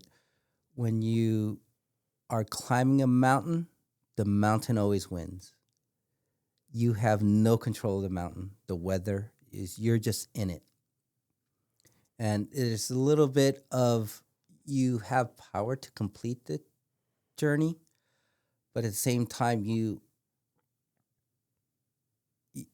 don't own the mountain, and the mountain could own you, right? You could die on these peaks. People have died climbing Mount Baldy, Gargonio, and things like that. And there's a little bit more of a respect for outside of it versus the respect for the gun. Oh, I have to be a gun owner. I have to know the laws. I have to know how to fire it.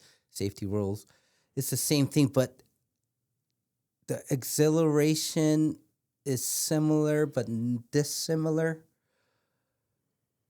When I fire a gun, it's just pow, pow, pow, pow, pow, empty. I did a good job. Look at the targets. Man, look at my grouping. Over here, it's like I'm 1,000 feet from the thing. Let's go. Let's push. And when I'm there, it's like you can relax now. You've done it. So it's almost anticlimactic in a way for me. How so though? Because there is climax. You There made is. to the top. That was the point. Yeah. Anticlimactic sounds like a strange way to explain it. Not that you're wrong. I'm just saying, like, why does it come to your mind as anticlimactic? It's not like the Death Star exploding.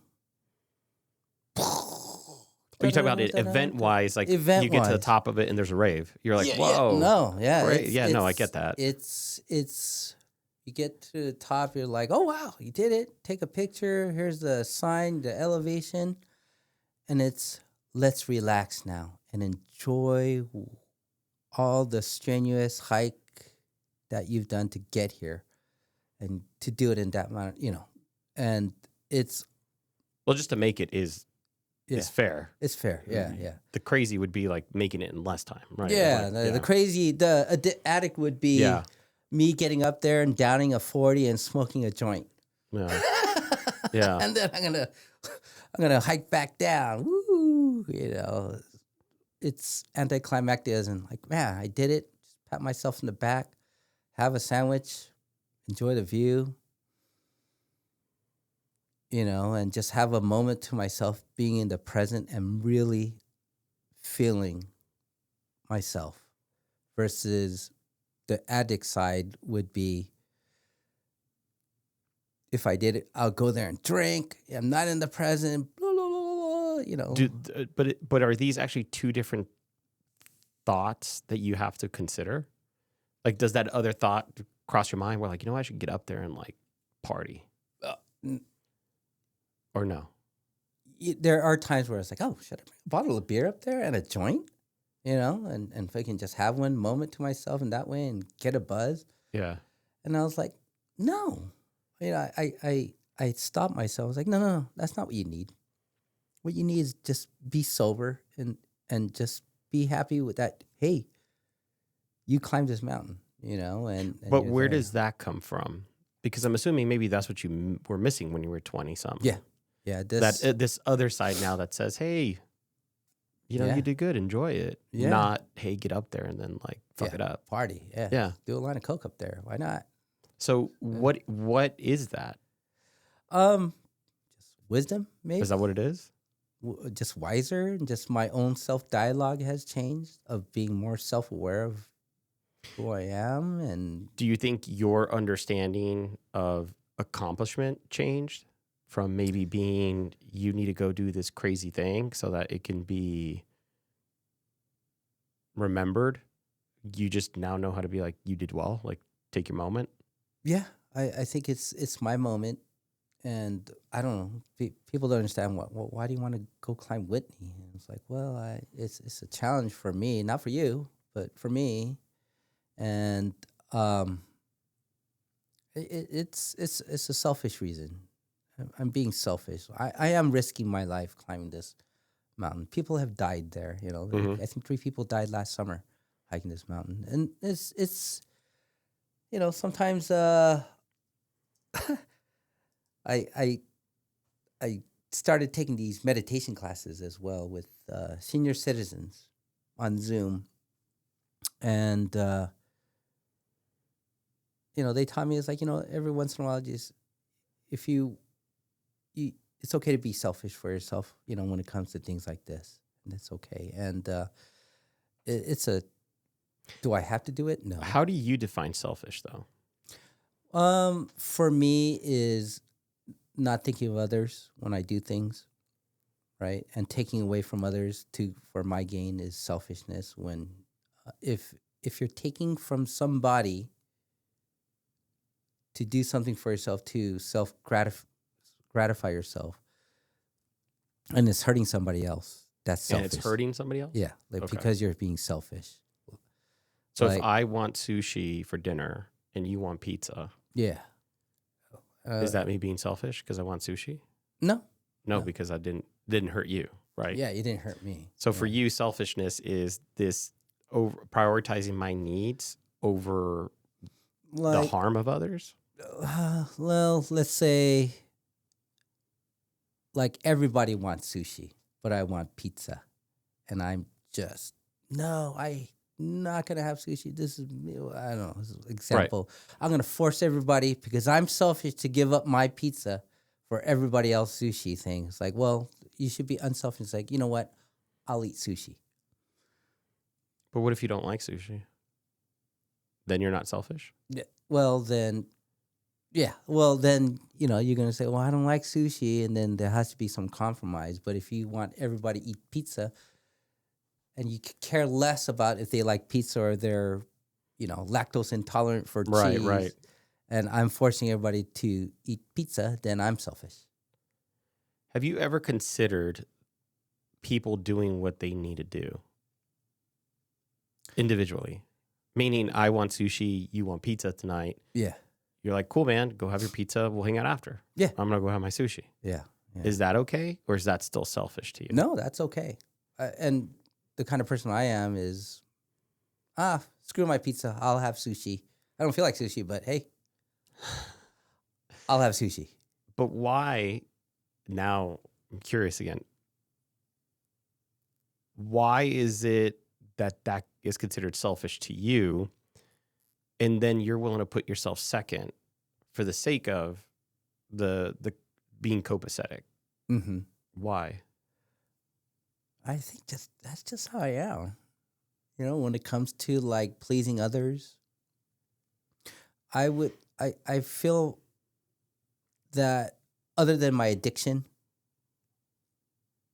right, and things like that, I'm one of those people. I'll give my shirt off my back, and I've always been an unselfish person when it comes to things like that. Also, like, it could be also maybe the Korean culture is, like, you don't want to be against the grain, just go with the flow, even though you don't like it. We're going to serve this dinner, and because your parents chose it, whatever, you just eat it. And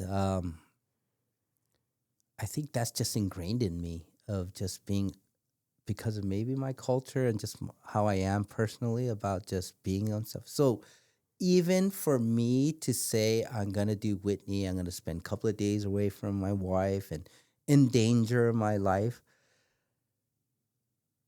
I still put that into perspective of I'm being a little selfish. But there's a reason why, is because this was a goal of mine that I set for years, right? So it's a little bit different. And it is being selfish, but at the same time, they understand. And I understand the risk. My wife and friends understand the risk of why I'm doing it. And it's, if anything, it's like an ego self-glory moment. It's like, I did it. Look at me.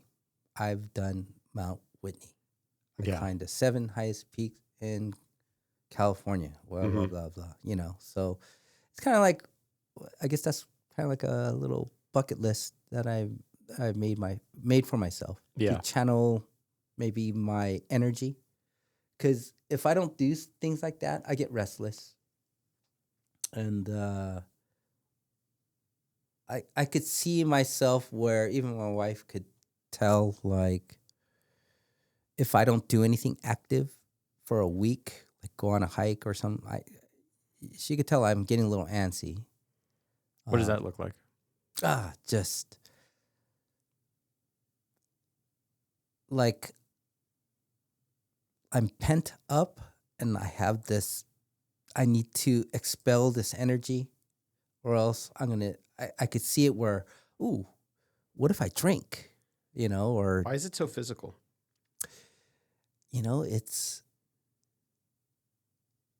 I think it's a little bit of both. I think it's just chasing that release and that effect of that calmness I feel after I worked out like a crazy madman. Because that's what I do. Right. I work out like a crazy madman, push myself to the point of complete exhaustion. I did Mount Baldy for the third time. It's like the tallest peak in Los Angeles. I've done it with others, and I was like, I'm going to do this one solo. And I did it faster than ever before because I pushed myself harder. And I just think I don't know. I have this energy inside me. It's like a nuclear furnace. And if I don't have a release of that, it's going to be a nuclear meltdown in other ways. So question to you, for somebody else that was on this podcast, and I asked them the same question. Yeah. I said, why is it that you are so good at physical things, but not that great at emotional things? So his answer was, well, because I'm really good at that. I know how to lock in. I know how to just like get after it. Yeah. And so what we kind of discovered a little bit together is it's the emotional side that's the difficulty. Definitely. I don't have the skill sets. You're right. To deal with the emotions. 1,000%. So I feel like you, again, guessing, is you still don't have the tool set needed to deal with your emotional things, but you have a really great tool set when it comes to the physical to offset the buildup of the emotional. Absolutely. And I'm in therapy, and I talk about my emotions and what do you find so difficult about how you feel? Not about yourself, but like how you experience feelings. Oh man, it's like some people let's say somebody comes, yells at you and flips you off in the car and or some kind of altercation. Yeah. Or confrontation. Confrontation. Where some people could just go to sleep. Oh, shoot, that happens, whatever. Me, I cannot turn it off. And it's like this anger, that the competitive thing of like I'm a hunter and I can't get this out of me unless I. I mean, but there's the G in you again. Yeah. It's still. So do you see how this keeps coming up? Yes. That's still embedded in me. It still wants to come out, and it's very, very, very difficult. Like my neighbors were pissing me off like just 2 weeks ago, and my wife was trying to talk to me. It was like, dude, I'm in the red. I am in the red right now, where I was actually having murderous thoughts. Right? Like, so you were upset. I mean, in the red. I can't even, like, when I say I'm in the red, like, everything in the room looks red. Yeah. It's crazy. No, I understood how you used it, but. And sometimes how did you get there? Now, don't go into the details of it. I'm just saying, remember, we're looking at this now holistically. Yes. Where is let me take a moment to try to understand, because it seems like this is like, oh shit, we passed that limiter a while back. There's nothing but red now. Yeah. It's almost like somebody dropped like a concussion grenade. Yeah. Bing, and that's where I'm at. It just goes from 0 to 100. And, my meditation class, people tell me, you got to just stop, chant, take deep breaths, backwards, forward, and just when it gets to that mode, I can't.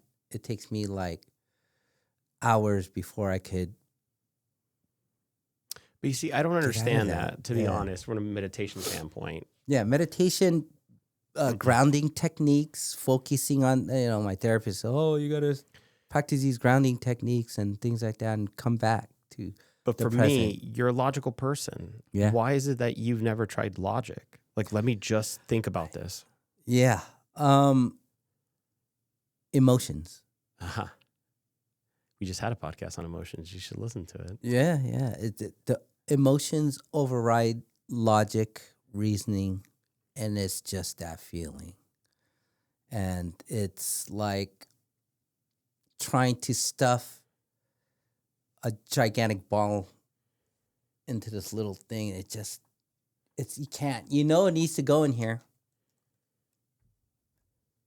But maybe just I don't have the tool set or the right logic, or I don't know what it is that I can't control that. Consider this. Yeah. What if you like that fuel? Remember your rushes that you like to feel? Mm-hmm. Have you ever considered that you enjoy experiencing them at that intensity? Whew. No, I don't think I thought of it that way. That It just came to me from putting all these little points together. Yeah. It's been a friend. Yeah. And it's maybe a fuel that you know how to use well. Because, Yeah. I mean, think about that mountain.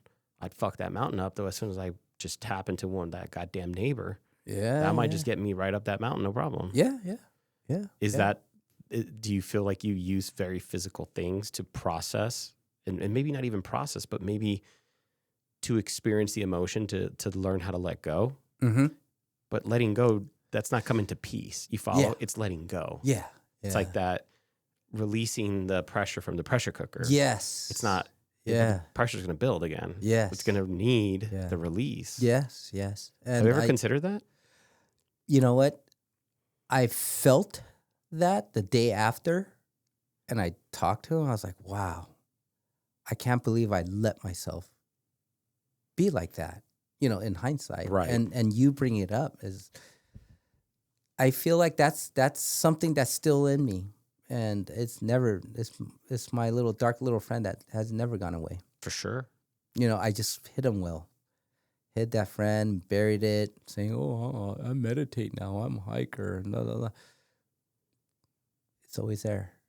It's there. It's that little thing that's always there, and sometimes a trigger could just, here I am again. Right. You're right. There's the thoughts always come to me from, obviously not my own, just a lot of learning. And yes, Carl Jung, philosopher, says, it's about, there's the shadow of you, right? Like this dark sense. Yeah. And one of the things that he describes is like, you don't put it in a box. You don't try to contain it. Yes. You're supposed to make peace with it, as like, this is the other side of me. Like Yeah. we walk together. Yes. Do you feel you've ever made peace with that side of you? No. Hmm. No, I think I always try to keep it in a box, locked up. Until Yeah. fuck around and find out. Yeah, fuck around and find out kind of mentality. Yeah, you're right. And that was interesting because when you said that, I was at a restaurant and this guy had this FOFT or something, fuck around and find out. Yeah. FO. I was like, excuse me, what does that mean? Fuck around and find out. I was like, oh shit, I love that. And I was Of course like, you would say that. right? And that's kind of interesting because now that you brought that out, I don't think anybody has ever told me that. Mm.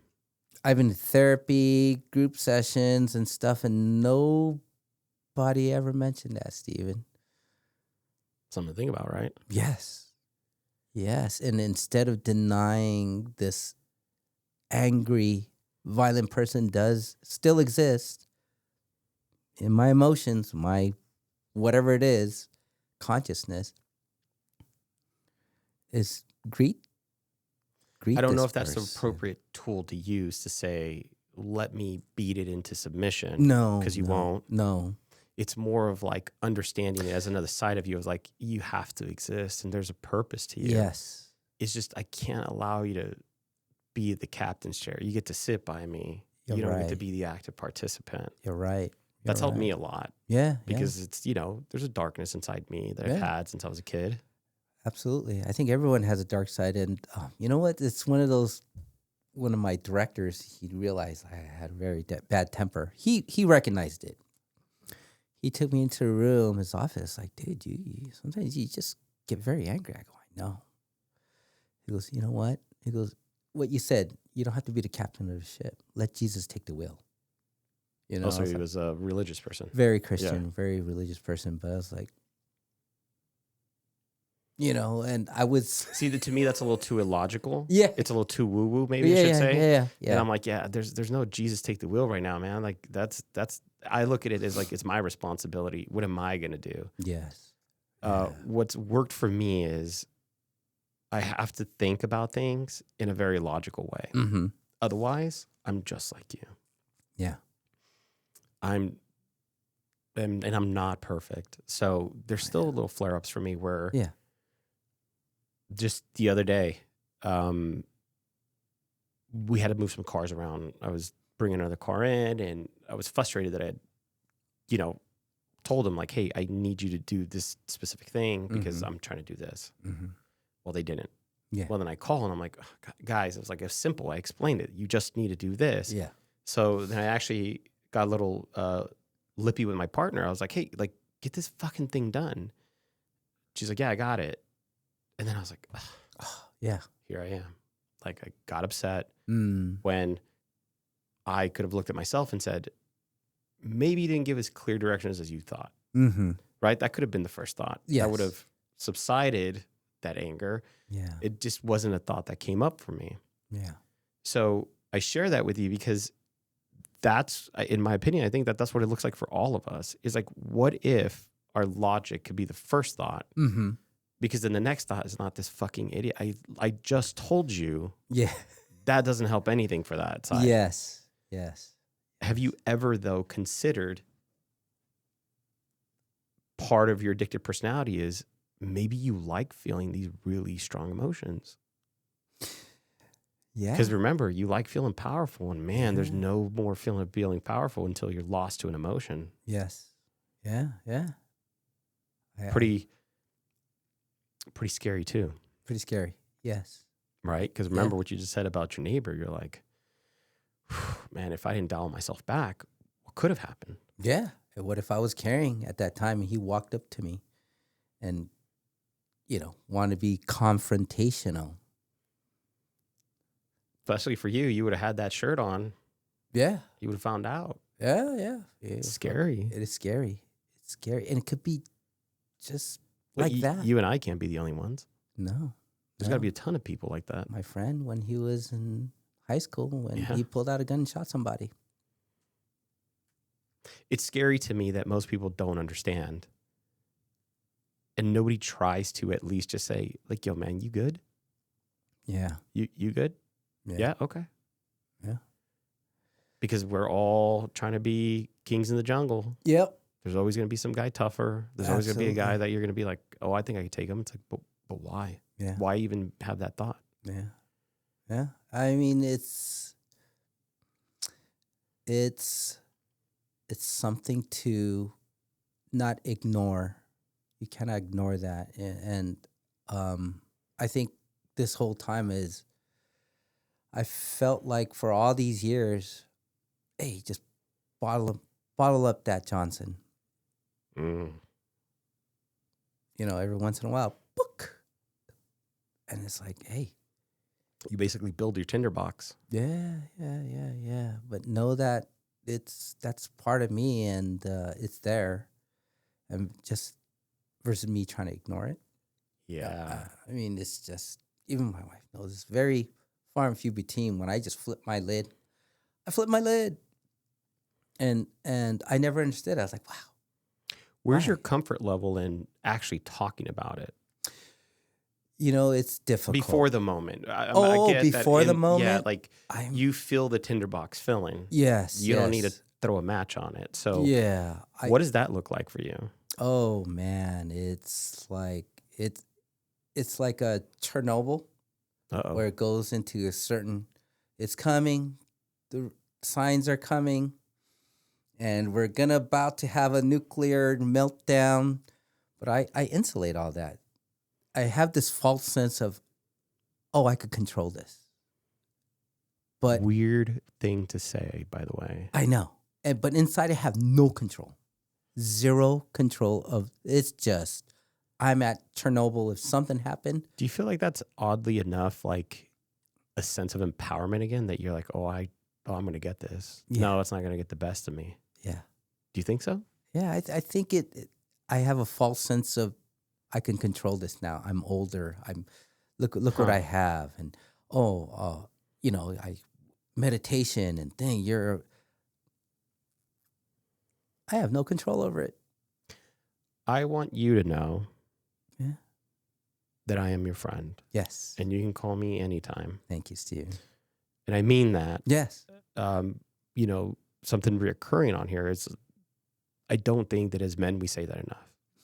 It's like, hey man, you got a friend in me. Like, yeah, those dark moments, I hope we could understand each other and been like, you know what? I just need somebody just for like 2 seconds, and not think I just needed like man up right now. No. That you call me. That means so much. That means so much because. And I hope you do that for somebody else too, because lead the way. Yes. I want you to be the leader, to be like, let me show how people all this shit's done. Yeah. It's there's a couple of people I told, it's like, I feel like I'm lonely. Why? It's because the way I am. But no, why do you feel lonely? I just don't feel like there's a lot of people that I could just call out of the blues and just say, hey man, I need somebody just to talk. And why? That's my question. It's my peers they don't have the same problem as me. Like my close friends now, their family, whatever they got through. And I'm sure I can, but like, we'll be in a group text. Maybe they know like my past in a way, but they have no idea because we're all in different parts of the country. But I would feel very awkward calling my close friends saying, I need to talk. I have this XYZ problems, because they know certain things and they don't know certain things. And I feel like I'm almost ashamed. That's a big difference. Do that. Yeah, to do that. Like, what? I thought you're still going through this, Johnson? It's the shame, I think. Like, because we talked for like, I don't know, a couple of hours now. I wouldn't have any shame calling you. If I'm in a dark, deep pit, I'll text you saying, dude, I just need to talk. And I know. But isn't this the problem? Yeah. Why have shame? I don't know. You thought of that? Yeah, I don't know why I would feel more shameful to my friends. Let's change it, because I don't think you have shame in what you did. I think you're a kind of person that would own it. Yes. Yeah. I think you are like a lot of people. They fear judgment. That too. Yeah. It's what would I think of you? Yeah. After you tell me whatever you tell me. Yeah. What bothers you about being judged by people? Oh man, I guess it's just I always want to be the good guy, the people pleaser, things like that, and I don't want them to see my dark side. There's the shame. Yeah, definitely. It's just one side of the same coin, brother. That's right. Yeah, and it's a stigma. I don't think a lot of men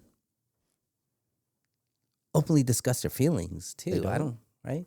So then why is it that you've been able to be so vulnerable to talk today? It's maybe this is just one of those pivotal moments in my life that I was like, what? You guys have a pot and you guys are just spilling your guts? That's to be this vulnerable is to me answering that I have this dark side of me. And acknowledging it. Acknowledging it is my first step. I don't think I've ever acknowledged it really in a truest form. I might have like covered it up, with everything that I do, everything I do is to cover up. Yeah. Right? Oh, Johnson, you're the nicest, happiest guy I know. What are you talking about? You're like this. Oh, because I was covering it up. Everyone wears a mask. And I wore this mask. But, I mean, this goes pretty far back. Yeah. I mean, now that you shared your story with me, Yeah. I think it's always been there. Yes, absolutely. I just don't think you've ever had anybody help you process how to make peace. Yes. I think it's always been the answer is like even in find therapy, a place to bottle it. Even in therapy, I would never bring it up. And maybe they didn't ask the right question, but I would always give like, well, this is what it is. And they're like, well, let's fix those things. But they never got into this deep of conversation of what's really going on. Why? The whys, the whys that you asked. I don't think nobody has ever asked me these questions. Ever. Yeah, but this is not for the podcast. No. I just care. Yes. And that's... Like I see. Yeah. And I care. And I'm like, yeah, I can't not say something about it. Yes. Does that make sense? Yeah. And it's not about... You're the first person that actually dug deep like this into... Why are you like this? Let's process that. Let's go down that path. And let's discover what's behind me. And I think that's, wow. Yeah, it's crazy. It's crazy, Stephen. I've been carrying this for 30-something years, almost 40 years of my life. Wow. Do you feel you're worse than anybody else? As far as your darkness? Do you genuinely feel that you don't deserve to talk about the darkness? I don't think I ever wanted to put this out in the open with anybody, not even to my wife. Shame and just self-loathing. There's a part of me that I'm not proud of. And I do go through these thoughts of self-loathing, and I'm not good. Even though I have all this, through all of that, I still have feelings of self-loathing. Do you think that drives addiction for you? When you get these very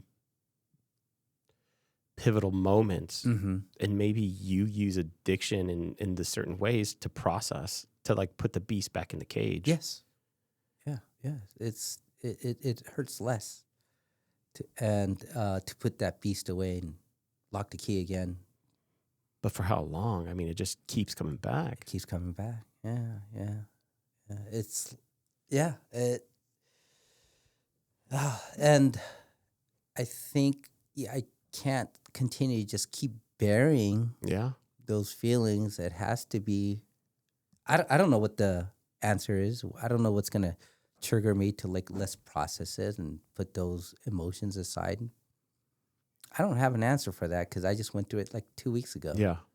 And then when I was in the red, but Do you feel comfortable enough? Not right now. I'm just saying, like, I think you just need to have somebody listen to your darkness and not judge you for it. Yeah. And then I think you'll finally figure out that you're not a bad person for having dark thoughts. Yes. Yeah. I have dark thoughts. Yeah. And the problem is nobody creates a safe space for you to share them. And if the safe space that I have, I don't think I was truly open to talk about it. Why? I think it was just shame. It was shameful for me to have people see me in a different light than my dark side. I think I'm gonna almost say it's like I'm not even telling the truth about myself, even to my therapist. It's like, why are you so afraid of that darkness? Uh, Or maybe even not afraid, but it seems like it comes back to shame for you. Why are you yeah. ashamed of being dark? And I- this is just my interest in figuring it Yeah, out. yeah. It's because I'm thinking I have this ideological of who I'm supposed to be. This person that's makes the right decisions and successful financially, has a family, blah blah blah. And but it's almost like Yeah, but that's just exhausting just listening to it. yeah, Why, but why haven't you ever had the thought of just being you? And that's what this podcast is supposed to be, is to focus on what authenticity looks like. Because there's a lot of people that don't have that around them. yeah, There's so many fake people yeah, that may come to you as well and say, hey, you know what would make you a really great person is if you were like really happy. But you can't buy happiness. It has to be something that you create. And all I've noticed is happiness is on the other side of peace. yeah. I always say like, hey, happiness is a temporary state of mind unless it's drug induced. But that's your truth. Does that make sense? Like, you're really saying that honestly. Yeah. And how sad that is that you have not reached peace Yeah. so that you could feel true happiness of like, why are you happy? The answer should be because I am. Because I'm happy. Yeah. But in order for that to be true, everything else must be at peace. And right now, you feel like, at least this is what I'm experiencing from you, right? That's what I'm sharing. It's like, I feel the weight of your peace, being a peace bringer. Yeah. Not having your own sense of peace. Yeah. Because you're constantly focused on peace being around you. Yeah. Sometimes I feel like Atlas. Yeah. Right? And it's tiring, man. But who told you had to carry it? I don't know. But I'm asking. Yeah. Why do you feel the weight of carrying that? I don't understand. Yeah. What made you think that you had to do that? And all of these moments of you breaking seem more like moments you choose to lessen the load. They weren't you seeking happiness. They were you compromising with the weight. Yeah. That's how I see it. I could be wrong though. Oh, yeah. That's something where, like when I look at other people and it's like, wow, they could just not care. I don't know. Maybe it's my caring is in a different way, is like just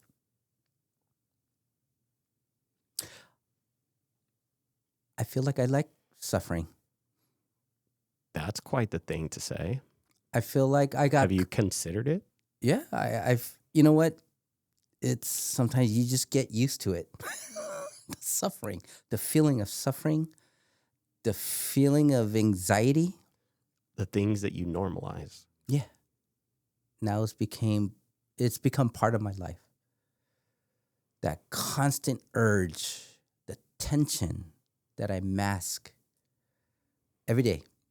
And the self-sabotage that's needed to do it. Yes, sometimes that is. Yeah, like even my bosses are like, why do you never sleep? Because this needs to be.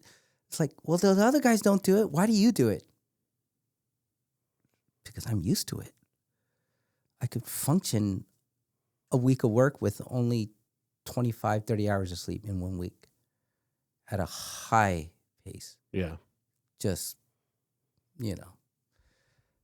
I think it's suffering became my companion, just like the bottle up guy became my companion too, but he was just locked in the trunk once in a while and got out. But that feeling of suffering and like, it's very rare that I could say where I'm just out there not worrying about problems or anything. I'm not tense. When I go surfing, waiting for a wave, I'm on top of that mountain. I climbed it. Other than that, I think there's always a constant little white noise of tension. Let's explore this thought together. Yeah. Because it just came up the other day with one of my buddies. Mm-hmm. And it was actually, he was a great mirror for me. Do you think you're a good friend? Yes. Okay. What makes you a good friend? The first thing I'm a caring person. And funny enough. What does that mean? What does caring mean to be? What does being a caring person mean to you? I will stop what I'm doing to help you. Okay. Right? Even borrow money, let you live in my house, whatever it is. Give advice from my point of view and how I see things. And in that way, and loyalty. You know, if I'm saying your friend and we have that trust foundation, I'm as loyal as any loyal friend that you would have. And in that way, yeah. What else makes a good friend? Acceptance for my faults or the other person's fault. Okay. And I think that will pretty much be like my pillars of being a good friend. Okay. Yeah. Are you any of that to yourself? This is a hard one. This just came up for me the other day. Yeah. Don't overthink it. You defined a good friend. Have you been that to yourself? I guess not really, no. No, there's not really. There's a yes or no. Have you been a good friend to yourself? No. I realized that the other day too with my buddy when I was talking to him. Yeah. Almost like something spoke through me, which was weird. Yeah. And I just couldn't see how much of a mirror he was to me. And here I am being what you just said, or trying to be, right? Or thinking I am. Yeah. And the whole time that I'm telling him this, that came up. It was like, I asked him that. I was like, are you being a good friend to yourself? And it's strange that we get so lost in being that for everybody. Yeah. That I had to answer that question. I was like, man, I'm not being a good friend to myself. Yeah. Yeah. I'm so outwardly focused that I forgot to be that for me. So go back to your conversation about being selfish so you can realize how crazy that is. Yeah. It's not being selfish when you're being a good friend to yourself and you're like, hey, what do you need? Yeah. That is what I need. And it literally gave me a sense of peace after that, where I was like, man, I think I forget that I should probably be a good friend to me first. Be kind to yourself. Yeah. Yeah. Maybe I wasn't even listening to my meditation. The world does enough to abuse you every day than for you to abuse yourself. Be kind to yourself. But just think about it. You defined what a good friend was. Yeah. And yet you weren't that to yourself. I'm not being that to me. I'm always in my mind about like, what's the next thing I need to do? What do I need to accomplish? Next bill that has to get paid. Like everything is like clockwork in my head. Yeah. I need to do these things. You know, another podcast I need to shoot. Everything. It's like, how do I do this? Yeah. And nowhere in there was a conversation about like, hey, buddy, how are you? Yeah. Yeah. And when I make a slight mistake, either at work or something, I'm so hard on myself, you know? And now thinking back, it's like, dude. Something to think about, right? Yeah. I don't always have to be number one. Yeah. I think that you also have to just start redefining what a good friend is to you. Yes. Because it's honestly impacted me enough where I've really been thinking about that the past few days. And I was just like, man. Wow. Like just, I'm not a good friend. I'm not a good friend to me. Yeah. And it sucks to say because I care about my friends. I care about you. Yes. But it sucks to say to yourself that you're like, when did you stop caring for yourself in the same way? Like, I know that you care about people, but what about you, man? Yeah. Shit. You're right. It was tough. It's tough. It's tough to, why? Oh, man. Just being more tough on myself. Man, that's crazy. Did not even think about it. Me neither. Not until I literally told it to him, and I was like, Holy. how is this coming even through me? Like, how can I? And I think it's just because we see things clearer in other people than we see in ourselves. Yeah. But this is why I want to make sure that you understand, like, you can always call me. Okay. Because maybe there's things that you see in me or that I would see in you that are going to teach me, because you're going to be a mirror to me in some way. And That's I'm right. like, God damn it. Like, he's right. Like, Yeah. I just told him he should do this, and here I'm doing it. Yeah. But now I have that bitch off my back, which is my emotion. Mm-hmm. Now I can have a clearer thought of like, how do I back into that? Because I see it in you, and I see that you do X, Y, Z. And I'm like, but I do that. Mm. I do exactly what you do. I just don't see it. Yeah. I think that's why you need to hopefully feel more comfortable, not just with me, but with anyone, to be like, you know what? I don't have to be ashamed of anything. Yeah. If people judge me, so be it. It's just a reflection of them. Yeah. Because maybe they've never allowed themselves to experience their darkness. Yes. That's why they don't know how to handle mine. Yeah. That's true. You know what I mean? Yeah. Yeah. I could be so into things where I feel like some people are uncomfortable around me. You know, How so? I think it's just sometimes when I do things, it's always so intense, you know, on anything that I do.